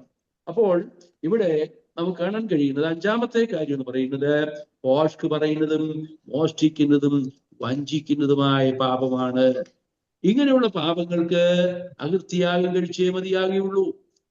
ഫോഷ്ക്ക് പറയുക എന്ന് പറയുന്നത് നമുക്കറിയാം, ഫോഷ്കിന്റെ പിതാവ് എന്ന് വിശേഷിപ്പിച്ചിരിക്കുന്നത് പിശാചിനെയാണ്. പിശാച് ഫോഷ്ക്ക് പറയുന്നവനുവിന്റെ അപ്പനുമാകുന്നു എന്ന് നാം യോഹന്നാന്റെ സുവിശേഷം 8-ാം അധ്യായം 44-ാം വാക്യത്തിൽ വായിക്കുന്നുണ്ട്. അങ്ങനെ ക്രിസ്തീയ ജീവിതത്തിൽ അതിനെ ആത്മീയമായി നാം പുതിയ വിശ്വാസികളോട് ബന്ധപ്പെടുത്തി നോക്കിയാൽ ഫോഷ്ക്ക് പറയുക, അതായത് പിശാചിന്റെ പ്രവർത്തി ചെയ്യുക. നിങ്ങൾ പിശാചെന്ന പിതാവിന്റെ മക്കളെന്ന് ബുധനത്തെ നോക്കിക്കൊണ്ട് കർത്താവ് പറഞ്ഞത് നമ്മൾ ഓർക്കുവാനായിട്ട് സാധിക്കും. എന്നാൽ ദൈവമക്കളായ നമ്മെ സംബന്ധിച്ചോളം നമ്മൾ മുമ്പ് പിശാചെന്ന പിതാവിന്റെ മക്കളായിരുന്നു. എന്നാൽ കാൺമീൻ നാം ദൈവമക്കൾ എന്ന് വിളിക്കപ്പെടുവാൻ പിതാവ് നമുക്ക് എത്ര വലിയ സ്നേഹം നൽകിയിരിക്കുന്നു. നാം ഇപ്പോൾ ദൈവത്തിന്റെ മക്കളാണ്. നമുക്ക് ഫോഷ്ക്ക് പറയാൻ അവകാശമില്ല, നമുക്ക് മോഷ്ടിക്കാൻ അവകാശമില്ല, നമുക്ക് വഞ്ചിക്കുവാൻ അവകാശമില്ല. മറ്റൊരാളെ വഞ്ചിച്ച് സാമ്പത്തികമായ ക്രമക്കേടുകളൊക്കെ ചെയ്ത് ധനവാന്മാരായി തീർന്നിട്ടുള്ള പല വിശ്വാസികളെ കുറിച്ച് ഞാൻ കേട്ടിട്ടുണ്ട്. അങ്ങനെയുള്ള വിശ്വാസികളെ സംബന്ധിച്ചിടത്തോളം ദൈവവചനത്തിന്റെ വെളിച്ചത്തിൽ അത് തെറ്റായ കാര്യമാണ് എന്ന് നമുക്ക് മനസ്സിലാക്കുവാനായിട്ട് സാധിക്കും. സാമ്പത്തിക ക്രമക്കേട് ദൈവമക്കൾക്ക് യോഗ്യമല്ല. മോഷ്ടിച്ചെടുക്കുന്നതും വഞ്ചിച്ചെടുക്കുന്നതുമായത് ദൈവത്തിന് ഇഷ്ടമില്ലാത്ത കാര്യമാണ്. വഞ്ചന, ചതിവ്, ഇതൊക്കെ ദൈവം വെറുക്കുന്ന പാപങ്ങളാണ് എന്ന് നമുക്ക് മനസ്സിലാക്കാനായിട്ട് സാധിക്കും. ദൈവമക്കളെ, നമ്മെ സംബന്ധിച്ചോളം അകൃത്യയാഗത്തെ സംബന്ധിച്ചുള്ള ചിന്ത, അകൃത്യയാഗത്തിന്റെയും പാപയാഗത്തിന്റെയും പ്രമാണം ഒന്നായതുകൊണ്ട് അതിന്റെ വിശദീകരണത്തിലേക്ക് പോയില്ല. എന്നാൽ ആരൊക്കെ അകൃത്യയാഗം കഴിക്കണം? 5 നിലയിലുള്ള പാപം ചെയ്തവർ അകൃത്യയാഗം കഴിക്കണം. 1, അവിശ്വസ്ത സാക്ഷി. 2, അശുദ്ധമായ സംസർഗം. 3, ആണയിടുന്നതും നിർവിചാരമായി സത്യം ചെയ്യുന്നതും. 4, വിശുദ്ധ വസ്തുക്കൾ സംബന്ധിച്ചുള്ളത് പാപം. 5, പോഷ്ക് പറയുന്നതും മോഷ്ടിക്കുന്നതും വഞ്ചിക്കുന്നതുമായ പാപം. ഇങ്ങനെയുള്ള പാപങ്ങൾക്ക് അകൃത്യയാഗം കഴിച്ചേ മതിയാകുകയുള്ളൂ. ദൈവമക്കളായ നമ്മെ സംബന്ധിച്ചിടത്തോളം നാം ഒരിക്കൽ ക്രിസ്തുവിന്റെ ന്യായാസനത്തിന്റെ മുമ്പാകെ നിൽക്കേണ്ടവരാണ്. അവനവൻ ശരീരത്തിൽ ഇരിക്കുമ്പോൾ ചെയ്തത് നല്ലതാകിലും തീയതാകിലും അതിന് തക്കവണ്ണം പ്രാപിക്കേണ്ടതിന് നാം എല്ലാവരും കർത്താവിന്റെ സന്നിധിയിൽ നിന്നേ മതിയാകും. അന്ന് അവനവന്റെ പ്രവർത്തിക്ക് തക്കവണ്ണം പ്രതിഫലം ലഭിക്കും. അശുദ്ധനിനെയും അശുദ്ധി ചെയ്യട്ടെ, അഴുക്കുള്ളവനിനെയും അഴുക്കാടട്ടെ, വിശുദ്ധനിനെയും തന്നെ വിശുദ്ധീകരിക്കട്ടെ. ഓരോരുത്തര് അവനവന്റെ പ്രവർത്തിക്ക് തക്കവണ്ണം പ്രതിഫലം കൊടുക്കാൻ എന്റെ പക്കലുണ്ട് എന്ന വെളിപ്പാട് പുസ്തകം 22-ാം അധ്യായത്തിലും അതിന്റെ ഒടുവിലത്തെ ഭാഗത്തും രേഖപ്പെടുത്തിയിട്ടുണ്ട്. നമ്മുടെ പ്രവർത്തികൾക്ക് തക്കതായിരിക്കുന്ന പ്രതിഫലം വീതിക്കുന്ന ഒരു ദിവസമുണ്ട്. നമ്മുടെ പ്രവർത്തി മരം, പുല്ല്, വൈക്കോൽ എന്നിവയ്ക്ക് സമമാണ്. അത് വെന്തുപോകും, അതിന് പ്രതിഫലം ഉണ്ടായിരിക്കില്ല. താനോ തീയിൽ കൂടെ എന്ന പോലെ രക്ഷിക്കപ്പെടും. അതേസമയം മരം, പുല്ല്, വൈക്കോൽ ഇവയ്ക്ക് തുല്യമല്ലാത്ത പൊന്ന്, വെള്ളി, വിലയേറിയ കല്ല് എന്നിവയ്ക്ക് തുല്യമായി അഗ്നിയിൽ കൂടി കടന്നുപോയാലും പിന്നെയും ചിലത് അവശേഷിക്കുന്നു. അങ്ങനെയുള്ളത് അതിന് പ്രതിഫലം ലഭിക്കും എന്ന് തിരുവെഴുത്ത് നമ്മെ ഓർപ്പിക്കും. ഓരോരുത്തൻ താൻ എങ്ങനെ പണിയിൽ എന്ന് നോക്കിക്കൊള്ളട്ടെ എന്ന് തിരുവെഴുത്ത് നമ്മെ ഓർപ്പിക്കുകയാണ്. നമ്മുടെ ക്രിസ്തീയ ജീവിതത്തില് നാം അവിശ്വസ്ത സാക്ഷികളാണ്. അശുദ്ധമായി രക്ഷിക്കപ്പെട്ടവരെങ്കിലും അശുദ്ധമായ സംസർഗത്തിൽ ഏർപ്പെടുന്നവരാണ്. രഹസ്യ പാപങ്ങൾ നമ്മുടെ ജീവിതത്തിൽ കണ്ടിന്യൂ ചെയ്യുന്നവരാണ്. അങ്ങനെയെങ്കിൽ ദൈവസന്നിധിയിൽ നാം അകൃത്യയാഗം കഴിച്ചേ മതിയാകും. നമ്മുടെ പാപം നമുക്ക് ബോധ്യമാകുമ്പോൾ വിശുദ്ധ വസ്തുക്കൾ സംബന്ധിച്ച് നാം തെറ്റ് ചെയ്യുന്നവരാണ്. മോഷ്ടിക്കുന്നതും ആണയിടുന്നതും വഞ്ചന ചെയ്യുന്നതും നിർവിചാരമായി സത്യം ചെയ്യുന്നതുമായ പാപങ്ങൾ നമ്മുടെ അനുദിന ജീവിതത്തിൽ വന്നുകൂടിയിട്ടുണ്ടോ? നമ്മൾ മനഃപൂർവ്വം ആരെങ്കിലും ചതിക്കുകയോ ദ്രോഹിക്കുകയോ വഞ്ചിക്കുകയോ ചെയ്തിട്ടുണ്ടോ? നമുക്കറിയാം, തിരുവഴുത്തിൽ സക്കായി തന്റെ ജീവിതത്തിൽ കർത്താവിനെ കണ്ടുമുട്ടിയപ്പോൾ അവൻ അത്തിമരത്തിൽ നിന്നിറങ്ങി വന്ന് കർത്താവിനെ വീട്ടിലേക്ക് ക്ഷണിക്കുകയും കർത്താവ് അവന്റെ വീട്ടിൽ പാർക്കുവാൻ ആഗ്രഹിക്കുകയും ചെയ്തപ്പോൾ അവന്റെ വീട്ടിൽ കർത്താവ് ചെല്ലുന്നു. കർത്താവിനോട് പറയുന്ന വാക്കുകൾ നമുക്കറിയാം. ഞാൻ വല്ലതും ചതിവായി വാങ്ങിയിട്ടുണ്ടെങ്കിൽ അത് 4 മടങ്ങ് മടക്കി കൊടുക്കുന്നു. ആ നിലയിൽ ഒരു മാനസാന്തര യഥാർത്ഥമായ ഒരു രൂപാന്തരത്തിന്റെ അനുഭവത്തിലേക്ക് സക്കായി കടന്നു വന്നതായിട്ട് നമുക്ക് മനസ്സിലാക്കാൻ കഴിയും. ഇങ്ങനെ 5 വിധ യാഗങ്ങൾ, അകൃത്യയാഗം, 5 വിധ യാഗങ്ങൾ ഒരു പുതിയ നിയമ വിശ്വാസിയെ സംബന്ധിച്ചോളം. ഒന്ന്, നമ്മുടെ കർത്താവായ യേശു ക്രിസ്തുവിന്റെ യാഗം പ്രഥമമായിട്ട്.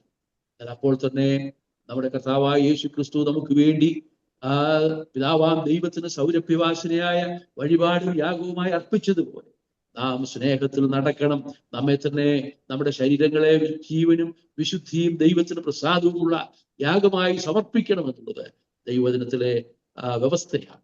5 വിധ ഒരു പുതിയ പുരോഹിതന് അർപ്പിക്കേണ്ട 5 വിധ യാഗങ്ങളെ സംബന്ധിച്ച് ഓടിച്ച 2 വാക്ക് പറഞ്ഞ് ഞാൻ എൻ്റെ വാക്കുകളെ അവസാനിപ്പിക്കാനായിട്ട് ആഗ്രഹിക്കാം. നമുക്കറിയാം, പഴയമത്തിൽ ഈ ഇസ്രായേലിനെ സംബന്ധിച്ചോളം 5 യാഗങ്ങളെ സംബന്ധിച്ച് പറഞ്ഞിരിക്കുന്നെങ്കിൽ പുതിയ നിയമത്തിലും നമുക്ക് പ്രധാനമായിട്ട് 5 യാഗങ്ങളെ സംബന്ധിച്ച് വായിക്കുവാനായിട്ട് സാധിക്കും. വേഗത്തിൽ നമുക്ക് ആ വാക്യങ്ങൾ മാത്രം അറിയാവുന്ന വാക്യങ്ങളാണെങ്കിൽ പോലും ഒന്ന് വായിച്ച് മുമ്പോട്ട് പോകാം എന്ന് വിചാരിക്കുന്നു. തിരുവചനം വായിച്ച് സഹായിക്കുന്ന പ്രിയപ്പെട്ട കർത്തദാസൻ വാക്യം വായിച്ച് സഹായിക്കും എന്ന് വിചാരിക്കുന്നു.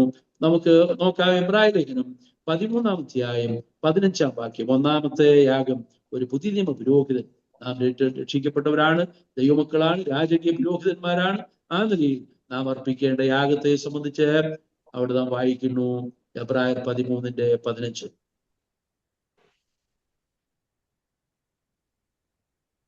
അതുകൊണ്ട് അവൻ മുഖാന്തരം നാം ദൈവത്തിന് അവന്റെ നാമത്തെ ഏറ്റുപറയുന്ന അധരഫലം എന്ന സ്തോത്രയാഗം ഇടപെടാതെ അർപ്പിക്കുക. അവന്റെ നാമത്തെ ഏറ്റുപറയുന്ന അധരഫലം എന്ന സ്തോത്രയാഗം. സങ്കീർത്തനം 50 അവസാനത്തെ വാക്യത്തിലും സ്തോത്രം എന്ന യാഗം അർപ്പിക്കുന്നവൻ എന്നെ മഹത്വപ്പെടുത്തുന്നു.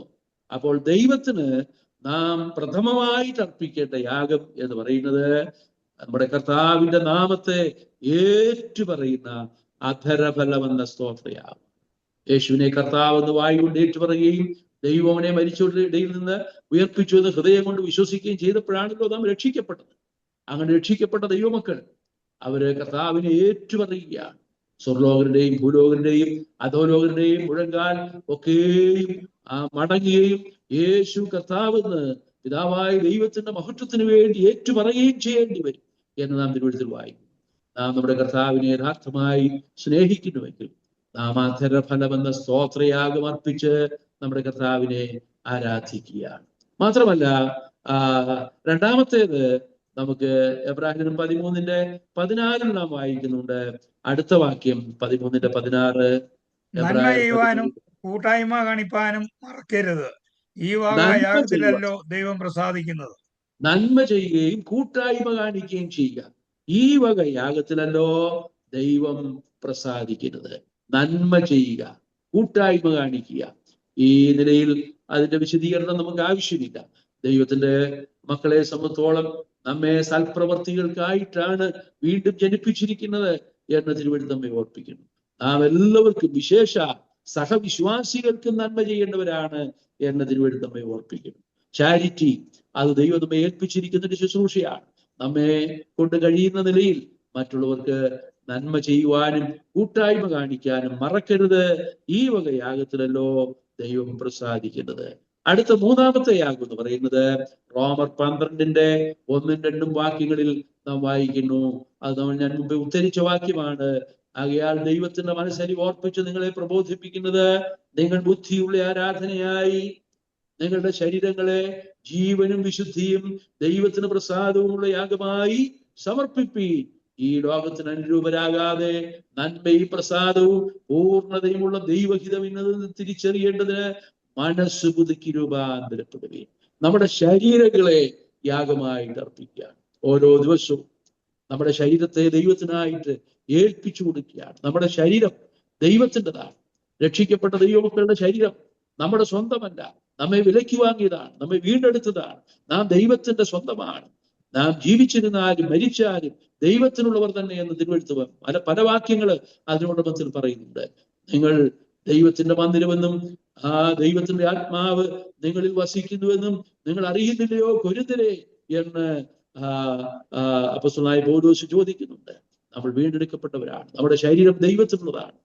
ഞാനൊരു കാര്യം അതിനോട് കൂട്ടി ഒരു വാക്കൂടെ ചേർത്ത് പറയാനായിട്ട് ആഗ്രഹിക്കുന്നത്, നാം മരിച്ചാലും ദൈവത്തിനുള്ളവരാണ്. എന്റെ ശവങ്ങൾ എന്നാണ് യെശയ്യാപ്രവചനത്തിൽ വായിക്കുന്നത്. മോശയുടെ ശരീരത്തെ സംബന്ധിച്ച് പിശാച് തർക്കിച്ചതായി നാം വായിക്കുന്നു.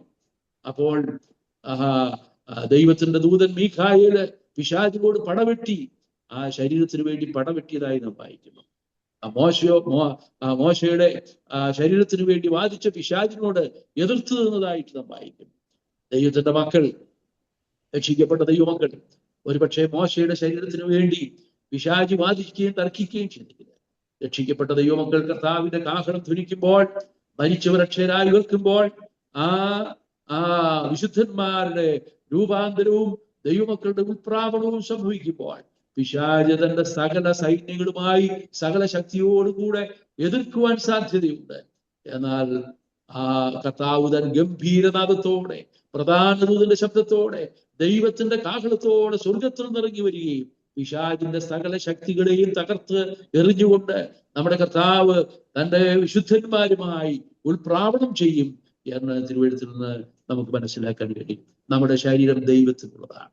ദൈവത്തിന് മഹത്വം കൊടുക്കുക എന്നുള്ളതാണ് ദൈവം നമ്മെ കുറിച്ച് ആഗ്രഹിക്കുന്നത്. ശരീരം കൊണ്ട് ദൈവത്തെ മഹത്വപ്പെടുത്തുകയും എന്ന് തിരുവഴുത്ത് നമ്മെ ഓർപ്പിക്കണം. അടുത്ത നാലാമത്തത്, കർത്തൃവേലയ്ക്ക് വേണ്ടി കൊടുക്കുന്ന സാമ്പത്തിക കൂട്ടായ്മയെ അത് ഒരു യാഗമായിട്ട് നമുക്ക് മനസ്സിലാക്കാനായിട്ട് സാധിക്കുന്നുണ്ട്. ഫിലിപ്പിലെ 4-ാം അധ്യായം 18-ാം വാക്യത്തിൽ വായിക്കുന്നത് ഇങ്ങനെയാണ്. സമയം പോയതുകൊണ്ട് ഞാൻ ആ വാക്യം പറഞ്ഞ് മുമ്പോട്ട് പോകാൻ ആഗ്രഹിക്കുന്നു.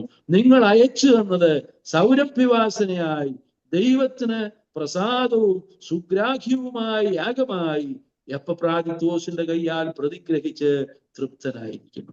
അപ്പോസ്തലനായ പൗലോസ് പറയുന്ന ആ ഒരു വാക്യമാണിത്. ദൈവത്തിന്റെ മഹത്വത്തിന് വേണ്ടി, സുവിശേഷ പ്രവർത്തനങ്ങൾക്ക് വേണ്ടി നാം ചെയ്യുന്നതായ സാമ്പത്തികമായ കൂട്ടായ്മയെ ഒരു യാഗമായിട്ടാണ് ദൈവത്തിന്റെ വചനം നമ്മെ ഓർപ്പിക്കുന്നത്. അത് ദൈവത്തിന് പ്രസാദവും സുഗ്രാഹ്യവുമായ യാഗമായി എപ്പഫ്രാദിത്തോസിന്റെ കയ്യാൽ പ്രതിഗ്രഹിച്ച് തൃപ്തനായിരിക്കുന്നു എന്നതുമായി. 5-ാമത്തത് എന്ന് പറയുന്നത് ഫിലിപ്പിലെ 2-ാം അധ്യായം 15 മുതൽ 17 വരെയുള്ള വാക്യങ്ങളിൽ നാം വായിക്കുന്നുണ്ട്. ഫിലിപ്പിയർ 2-ന്റെ 15 മുതൽ 17 വരെ വാക്യങ്ങളിൽ ഇങ്ങനെയാണ് രേഖപ്പെടുത്തിയിരിക്കുന്നത്. അപ്പോസ്തലനായ പൗലോസ് താൻ്റെ നിര്യാണകാലം അടുത്തിരിക്കുകയാണ്.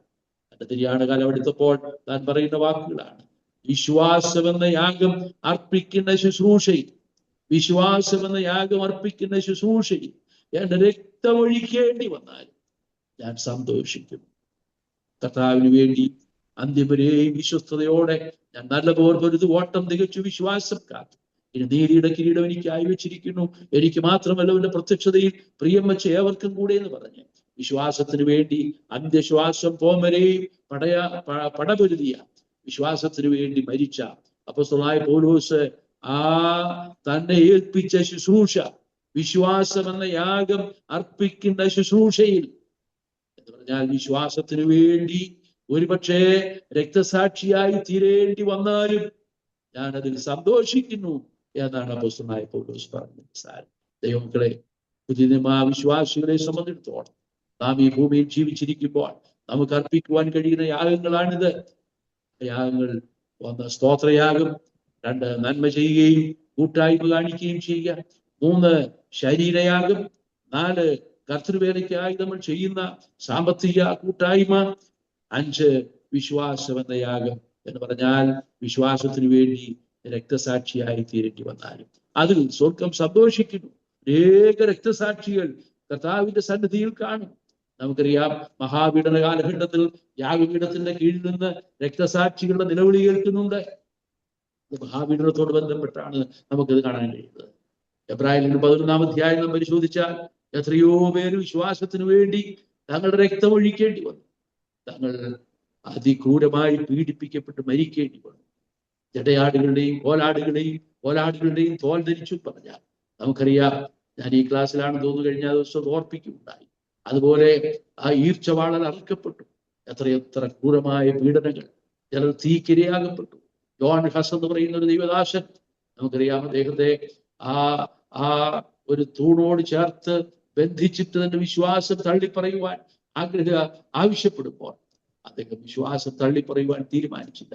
ആ തൂണിന്റെ ചുറ്റും വലിയ വിറകുകൾ കൂട്ടിയിട്ട് ആ വിറകിന് തീ കൊടുത്ത് ആ തൂണോട് ചേർത്ത് ബന്ധിച്ചിരുന്ന ജോൺ ഹസ് എന്ന് പറയുന്ന ദൈവത്തിന്റെ ദാസൻ അഗ്നിക്കിരയായിത്തീർന്നു. അതുപോലെ എത്രയെത്ര ദൈവമക്കൾ. പോളികാർപ്പ്, നിന്റെ ജീവിതത്തിൽ നിനക്ക് യേശുവിനെ തള്ളിപ്പറയുവാനുള്ള അവസാനത്തെ അവസരമാണിത് എന്ന് പറയുമ്പോൾ 86-ാമത്തെ വയസ്സിൽ യേശുവിനെ തള്ളിപ്പറഞ്ഞിട്ട് എനിക്കൊരു ജീവിതം വേണ്ട. കഴിഞ്ഞ 86 വർഷം എന്റെ ദൈവം എനിക്ക് എത്ര നല്ലവനായി. ഇനി 86 കഴിഞ്ഞ് ഈ വാർദ്ധക്യത്തിൽ എനിക്ക് യേശുവിനെ തള്ളിപ്പറഞ്ഞൊരു ജീവിതം ഞാൻ ആഗ്രഹിക്കുന്നില്ല. ഞങ്ങൾക്ക് ചെയ്യുവാനുള്ളത് ഏറ്റവും വേഗത്തിൽ ചെയ്താലും ഞാൻ എൻ്റെ പ്രാണപ്രിയനോടുകൂടെ എത്രയും വേഗം എത്തിച്ചേരട്ടെ എന്ന് പറഞ്ഞ് പോളികാർപ്പ് യോഹന്നാൻ അപ്പോസ്തലന്റെ സമകാലികനായിരുന്നു എന്നാണ് മനസ്സിലാക്കുന്നത്. അദ്ദേഹവും തന്റെ വാളിന് വേണ്ടി തന്റെ ശിരസ് വാളിന് വേണ്ടി ഏൽപ്പിച്ചു കൊടുത്തു. അങ്ങനെ രക്തസാക്ഷികളുടെ ചരിത്രം സഭാചരിത്രത്തിലൂടെ നമുക്ക് മനസ്സിലാക്കുന്നു. വിശ്വാസം എന്ന വിശ്വാസം എന്ന യാഗമർപ്പിക്കുന്ന ശുശ്രൂഷ രക്തമൊഴിക്കേണ്ടി വന്നാലും ഞാൻ സന്തോഷിക്കും. വരും ദിവസങ്ങളില് നമുക്കും ആ നിലയിൽ ആത്മീയ യാഗം കഴിക്കാൻ തക്ക വിശുദ്ധ പുരോഹിത വർഗമാക്കി നമ്മെ തീർത്തിരിക്കുകയാണ്. നമ്മൾ ആ നിലയിൽ ആത്മീയ യാഗം അർപ്പിച്ച് കർത്താവിന് പ്രസാദകരമായ ഒരു ജീവിതം നയിക്കുവാൻ ദൈവത്തിന്റെ പരിശുദ്ധാത്മാവ് നമ്മെ സഹായിക്കട്ടെ. അപ്പോൾ തന്നെ അകൃത്യയാഗം കഴിക്കേണ്ട എന്തെങ്കിലും പാപങ്ങൾ നമ്മുടെ ജീവിതത്തിൽ ഉണ്ടെങ്കിൽ അത് ദൈവത്തിനോട് ഏറ്റുപറഞ്ഞ് നമുക്ക് ദൈവത്തോട് നിരപ്പ് പ്രാപിച്ച് വരും ദിവസങ്ങളിൽ ദൈവമായിട്ടുള്ള അഭേദ്യമായ ബന്ധത്തിലും ആത്മീയ കൂട്ടായ്മയിലും വിശുദ്ധിയോടെ വിശ്വസ്തയോടെ നിലനിൽക്കുവാൻ സർവശക്തനായ ദൈവം നമ്മെ സഹായിക്കട്ടെ എന്ന് ആത്മാർത്ഥമായി പ്രാർത്ഥിച്ചുകൊണ്ട് നമുക്ക് വേണ്ടി പരമയാഗമായി തീർന്ന ആ കർത്താവിന്റെ യാഗത്തോട് ഏകീഭവിച്ച് ഞാനിപ്പോൾ ജഡത്തിൽ ജീവിക്കുന്നതോ എനിക്ക് വേണ്ടി തന്നെത്താൻ ഏൽപ്പിച്ചു കൊടുത്ത ദൈവപുത്രനുള്ള വിശ്വാസത്താൽ അത്രേ ഞാൻ ക്രിസ്തുവിനോടുകൂടെ ക്രൂശിക്കപ്പെട്ടിരിക്കുന്നു. ജീവിക്കുന്നത് ഞാനല്ല, ക്രിസ്തു അത്രയും ജീവിക്കുന്നുണ്ട്. ആ നല്ല തീരുമാനത്തോടും പ്രതിഷ്ഠയോടും കൂടെ മുമ്പോട്ട് ദൈവത്തിന്റെ ആത്മാവി പഠനം നമുക്ക് എല്ലാവർക്കും അനുഗ്രഹമാക്കി തീർക്കട്ടെ എന്ന് ആത്മാർത്ഥമായി ആഗ്രഹിക്കുകയും പ്രാർത്ഥിക്കുകയും ചെയ്തുകൊണ്ട് എന്റെ വാക്കുകളെ ഉപസംഹരിക്കുന്നു. ഇങ്ങനൊരു അവസരം ഒരുക്കി തന്ന ബാംഗ്ലൂര് ദൈവ ബ്രദർ അസംബ്ലിയോടുള്ള പ്രത്യേക നന്ദി അറിയിച്ചുകൊണ്ട് ഞാൻ എന്റെ വാക്കുകളെ ഉപസംഹരിക്കുന്നു.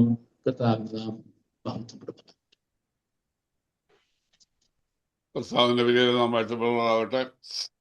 സ്വർഗത്തിലെ നിശ്ചിതമായ വിജയവാനത്തിന്റെ വീണ്ടും ശ്രമിപ്പാൻ വേണ്ടിയ കർത്താവ് നമുക്ക് തന്ന അവസരത്തെ സ്തുതിക്കാം. ഇന്ന് നാം കേട്ട വിഷയം എന്ന് പറഞ്ഞത് അകൃത്യാഗം എന്നുള്ളതാണ്. നാം ചെയ്യേണ്ട കാര്യങ്ങൾ ചെയ്യാതിരുന്നാലും ചെയ്യേണ്ടാത്ത കാര്യം ചെയ്താലും അതൊക്കെയും ദൈവം കണക്കാക്കുന്ന അകൃത്യമായിട്ടാണ് കണക്കാക്കുന്നത്. അതിൻ്റെ വിവിധ വിഷയങ്ങൾ നാം കേൾക്കുകയുണ്ടായി. ആരൊക്കെയാണ് അത് അകൃത്യാഗം കഴിക്കേണ്ടതെന്നുള്ള കാര്യം നമുക്ക് കേൾപ്പിക്കുകയുണ്ടായി.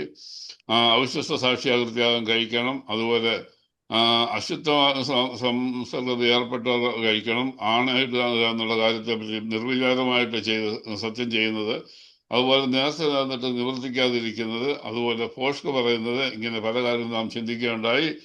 നമ്മുടെ പാപങ്ങൾക്ക് പ്രായശ്ചിത്തമായി, നമ്മുടെ അകൃത്യങ്ങൾക്ക് പകരമായി നമുക്ക് വേണ്ടി യാഗമായി തീർന്ന കർത്താവിനെ ഓർത്തുകൊണ്ട് നാം ദൈവത്തെ മഹത്വപ്പെടുത്തുകയും സ്തുതിക്കുകയും ചെയ്യാം. നാം ചെയ്യേണ്ടതായ ആ യാഗങ്ങളെ പറ്റിയും നാം കേൾക്കുകയുണ്ടായി. അതിൽ വരുന്ന സ്തോത്രം അർപ്പിക്കണം, നന്മയെ കൂട്ടായ്മ ആചരിക്കുക, ജീവനും വിശുദ്ധിയും ദൈവത്തിന് പ്രസാദമായി നമ്മുടെ ശരീരത്തെ തന്നെ സമർപ്പിക്കുക, അതുപോലെ കർത്തൃവേലയ്ക്ക് വേണ്ടി കൊടുക്കുക.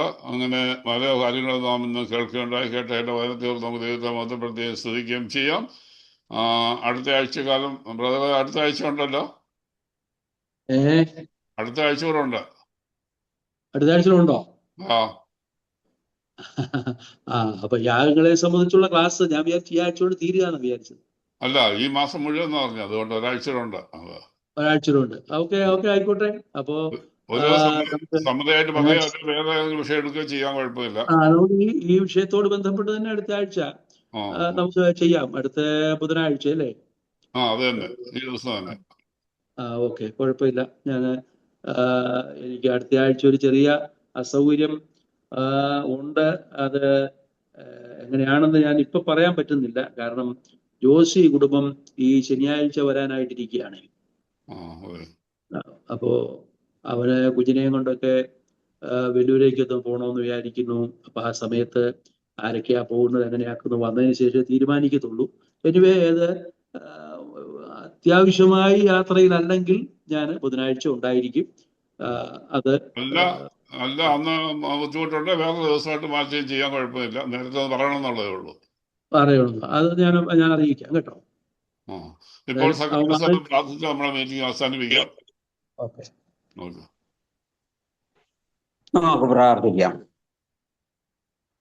ഞങ്ങളുടെ സ്വർഗീയ പിതാവാം ദൈവമേ, ഈ ബുധനാഴ്ച വൈകിട്ടും സഭയുടെ ശുശ്രൂഷയായി ബൈബിൾ സ്റ്റഡിയിൽ ഞങ്ങൾക്ക് കൂടി വരുവാൻ കർത്താവ് ഇടയാക്കി. അനുഗ്രഹിക്കപ്പെട്ട ദൈവത്തിൻ്റെ ആലോചനകൾ പ്രിയ ദേവദാസൻ കൂടി ഞങ്ങൾക്ക് ലയിപ്പാൻ കർത്താവ് ഇടയാക്കിയതിനായി സ്തോത്രം ചെയ്യുന്നു. ഞങ്ങൾ കഴിഞ്ഞ ഈ 2 മാസത്തോളം ലേവിയ യാഗങ്ങളെ പറ്റിയായിരുന്നു ഞങ്ങൾ പഠിച്ചുകൊണ്ടിരുന്നത്. കർത്താവെ, ഇന്ന് ഞങ്ങൾ ചിന്തിച്ച വിഷയം അകൃത്യയാഗമാണ്. കർത്താവെ, അതിൽ നിന്ന് ഞങ്ങൾ ആരൊക്കെയാണ് ഈ 5 അകൃത്യയാഗങ്ങൾ ചെയ്യേണ്ടതെന്നുള്ള വിഷയം ഞങ്ങൾക്ക് വളരെ മനസ്സിലാകാത്ത രീതിയിൽ പ്രിയ ദേവദാസൻ ഞങ്ങൾക്ക് പറഞ്ഞു തന്നതിനായി ഞങ്ങൾ അവിടുത്തെ സ്തുതിക്കുന്നു. സാക്ഷി അവിശ്വസ്ത സാക്ഷികളായിട്ടിരിക്കാതെ കൊണ്ട് ഞങ്ങൾ കേട്ട ആ സത്യത്തിൻ്റെ തൂണുകളായിട്ട്, വിശ്വസ്ത സാക്ഷികളായിട്ട്, സുവിശേഷത്തിൻ്റെ സാക്ഷികളായിട്ട് ഞങ്ങൾ ഈ ഭൂമിയിൽ ജീവിപ്പാൻ കടപ്പെട്ടവരാണ്. ഈ സത്യം അറിഞ്ഞവരായി ഞങ്ങൾ ആ സത്യത്തിൻ്റെ സാക്ഷികളായിട്ട് മറ്റുള്ളവരോട് ഇത് അറിയിപ്പാൻ ഞങ്ങൾ കടപ്പെട്ടവരാണ്. കർത്താവേ, അതുപോലെ തന്നെ ഞങ്ങൾ അശുദ്ധരാകാതെ അശുദ്ധ സംസർഗങ്ങൾ പാലിക്കാതെ കൊണ്ട് ഈ ഭൂമിയിൽ ഒരു വേർപെട്ട വിശ്വാസിയായിട്ട് ജീവിപ്പാൻ ഞങ്ങൾ കടപ്പെട്ടവരാണ്. ഇടുന്നത് നിർവിചാരമായി സത്യം ചെയ്യുന്നതുമായ ഈ കാര്യങ്ങളൊന്നും ചെയ്യാതെ കൊണ്ട് കർത്താവെ ഞങ്ങൾ ദൈവമക്കളാണെന്നുള്ള ബോധ്യത്തോടുകൂടി ജീവിപ്പാൻ ഞങ്ങളെ കർത്താവ് ഇടയാക്കണമേ. അതുപോലെ അശുദ്ധിയോടുകൂടിയുള്ള യാഗം കഴിക്കൽ, അതെ കർത്താവെ, അനേക ആത്മീയ ശുശ്രൂഷകൾ പാപം ജീവിതത്തിൽ പുലർത്തിക്കൊണ്ട് തന്നെ അനേക ആത്മീയ ശുശ്രൂഷകൾ കർത്താവെ വിശ്വാസികളുടെ ജീവിതത്തിൽ കടന്നുകൂടുന്നു. കർത്താവെ, അങ്ങനെയുണ്ടെങ്കിൽ ഞങ്ങൾ കർത്താവെ ദൈവസന്നിധിയിൽ അവയെ ഏറ്റുപറഞ്ഞുകൊണ്ട് ശുശ്രൂഷകൾ ചെയ്യുവാൻ കർത്താവെ ഞങ്ങളെ അവിടുന്ന് ഇടയാക്കണമേ നിങ്ങൾ പ്രാർത്ഥിക്കുകയാണ്. ഞങ്ങൾ മനുഷ്യരായ ഞങ്ങളുടെ ജീവിതത്തിൽ കർത്താവെ ചിന്തിക്കുമ്പോൾ അനേക കുറവുകളുണ്ട് കർത്താവെ. ഞങ്ങൾ കുറവുള്ള ഒരു ജഡത്തിലാണ് ഞങ്ങൾ വസിക്കുന്നത്. ഞങ്ങളുടെ കർത്താവായ യേശു ക്രിസ്തു ഞങ്ങൾക്ക് വേണ്ടി ക്രൂശിൽ യാഗമായത് മുഖാന്തരം അവൻ ഞങ്ങൾക്ക് വേണ്ടി പക്ഷപാതം പിതാവിൻ്റെ സന്നിധിയിൽ ചെയ്യുന്നതുകൊണ്ട് ഞങ്ങൾ കർത്താവെ നിലനിൽക്കുന്നു. അതോർത്ത് ഞങ്ങൾ അവിടുത്തെ സ്തുതിക്കുകയാണ്. അഞ്ചാമതായിട്ട് കർത്താവെ, ഞങ്ങൾ മറ്റുള്ളവരെ ചതിക്കുന്നവരായിട്ട് മറ്റുള്ളവരെ വഞ്ചിക്കുന്നവരായിട്ട് അവരും അകൃത്യയാഗം ചെയ്യേണ്ടവരാണ് കർത്താവെ. പലപ്പോഴും വിശ്വാസികളുടെ ജീവിതത്തിലും ഇങ്ങനെയുള്ള അനേക കുറവുകൾ സംഭവിക്കുന്നു. കർത്താവെ, ഞങ്ങളെ അവിടുന്ന് കരുതുന്നുകൊണ്ട് സ്തോത്രം. ഞങ്ങളെ പുലർത്തുന്ന ദൈവകൃപകൾക്കായി സ്തോത്രം. ഞങ്ങൾ അങ്ങനെ ഉള്ള കുറവുകളുണ്ടെങ്കിൽ കർത്താവെ അവയെ ഏറ്റുപറഞ്ഞുകൊണ്ട് കർത്താവിന് യോഗ്യമാമുള്ള ഒരു ജീവിതം ചെയ്യുവാൻ ദൈവത്തിൻ്റെ ആത്മാവ് ഞങ്ങളെ ഇടയാക്കണമെന്ന് ഞങ്ങൾ പ്രാർത്ഥിക്കുകയാണ്. അതുപോലെ ഞങ്ങൾ പുതിയ നിയമത്തിൽ നിന്നുള്ള 5 യാഗങ്ങളെ പറ്റി ഞങ്ങൾ കേട്ടു. അതരഫലമെന്ന സ്തോത്രയാഗം, നന്മ ചെയ്യുക, അതുപോലെ ശരീരയാഗം, സാമ്പത്തികമായ കൊടുക്കുന്ന കാര്യങ്ങൾ, വിശ്വാസയാഗം, ഇങ്ങനെയുള്ള കാര്യങ്ങളെപ്പറ്റി ഞങ്ങൾ പുതിയ നിയമത്തിൽ നിന്ന് കേട്ടു. കർത്താവ് ഈ കേട്ട കാര്യങ്ങളോട് നീതി പുലർത്തിക്കൊണ്ട് ഞങ്ങൾ വിശ്വസ്തരായിട്ട് ഈ ഭൂമിയിൽ ജീവിപ്പാൻ കർത്താവയോട് ഞങ്ങളെ ഇടയാക്കണമെന്ന് നിങ്ങൾ പ്രാർത്ഥിക്കുന്നു. കേട്ട വിഷയങ്ങൾ ഞങ്ങൾ വെറും കേൾവിക്കാരായിട്ടല്ല കർത്താവെ, ഞങ്ങളത് ചെയ്യുന്നവരായിട്ട് അവിടുന്ന് ഞങ്ങളെ തീർക്കണമേ ഞങ്ങൾ പ്രാർത്ഥിക്കുകയാണ്. കർത്താവിന് കൊള്ളാവുന്നവരായിട്ട് ഈ ഭൂമിയിൽ വിശ്വസ്തരായിട്ട് ജീവിപ്പാൻ അവിടെ ഞങ്ങളെ ഇടയാക്കണമേ ഞങ്ങൾ പ്രാർത്ഥിക്കുകയാണ്. ഞങ്ങൾക്ക് കർത്താവെ കഴിഞ്ഞ 2 മാസവും ദൈവവചനം പറഞ്ഞു തരുവാൻ പ്രിയദാസനെ അവിടുന്ന് ബലപ്പെടുത്തി കർത്താവെ, അവിടുന്ന് കൊടുത്ത കൃപകൾക്കായി ഞങ്ങൾ അവിടുത്തെ സ്തുതിക്കുന്നു. കർത്താവിൻ്റെ ദാസനെ ധാരാളം സമൃദ്ധിയായി അനുഗ്രഹിക്കണം. ആ കുടുംബത്തെയും കർത്താവെ, മക്കളെയും ഒക്കെ ഓർത്ത് ഞങ്ങൾ പ്രാർത്ഥിക്കുന്നു. കർത്താവെ, അവിടുന്ന് അവരെയൊക്കെ സഹായിക്കണമേ ഞങ്ങൾ പ്രാർത്ഥിക്കുകയാണ്. ദൈവം അനുവദിച്ചാൽ അടുത്ത ആഴ്ചയിലും ഒരു ക്ലാസ് കൂടെ കേൾക്കുവാൻ ആഗ്രഹിക്കുന്നു. കർത്താവിൻ്റെ ഹിതമെങ്കിൽ ആ കാര്യങ്ങളും അങ്ങനെ തന്നെ നടക്കുവാൻ അവിടുന്ന് ഇടയാക്കണമെന്ന് ഞങ്ങൾ പ്രാർത്ഥിക്കുകയാണ്. കേൾവിക്കാരായിട്ട് കർത്താവെ കഴിഞ്ഞ 2 മാസമായിട്ട് ഈ സൂമിൻ്റെ പ്ലാറ്റ്ഫോമിൽ ചേർന്ന് എല്ലാ പ്രിയപ്പെട്ടവരെ ഓർത്തും പ്രാർത്ഥിക്കുന്നു. കർത്താവരെയൊക്കെ സഹായിക്കണമേ. അവർക്കൊക്കെ ഇത് അനുഗ്രഹത്തിന് വിഷയമായി തീർന്നു എന്ന് വിശ്വസിക്കുന്നു. കർത്താവിൻ്റെ അനുഗ്രഹങ്ങൾ പ്രാപിച്ചുകൊണ്ട് ഈ ഭൂമിയിൽ അവൻ്റെ വരവരെയും വിശ്വസയോടുകൂടി ജീവിപ്പാൻ കർത്താവയോട് നിങ്ങളെ ഇടയാക്കണമേ എന്ന് ഞങ്ങൾ പ്രാർത്ഥിക്കുന്നു. ഞങ്ങൾ കേട്ട വചനത്തിനായി ഞങ്ങൾ അവിടുത്തെ സ്തുതിക്കുന്നു. കർത്താവെ, അത് ചെയ്യുവാൻ ഞങ്ങളെ ഇടയാക്കണമെന്ന് പ്രാർത്ഥിക്കുന്നു. പ്രാർത്ഥന ഇവിടുന്ന് കേട്ടിരിക്കാൻ സ്തോത്രം. മഹത്വമെല്ലാം അവിടുത്തേക്ക് തരുന്നു, യേശു ക്രിസ്തുവിൻ്റെ അതിമഹത്തുള്ള നാമത്തിൽ തന്നെ. പിതാവായ ദൈവത്തിൻ്റെ സ്നേഹവും കർത്താവായ യേശു ക്രിസ്തുവിൻ്റെ കൃപയും ആശ്വസിക്കുന്ന പരിശുദ്ധാത്മാവിൻ്റെ കൂട്ടായ്മയും സഹവാസവും നാം എല്ലാവരോടും നാം കേട്ട വചനത്തോടും വചനം സംസാരിച്ച പ്രിയ ദേവദാസനോടും ഇപ്പോഴും എപ്പോഴും ഉണ്ടായിരിക്കുമാറാകട്ടെ. ആമേൻ.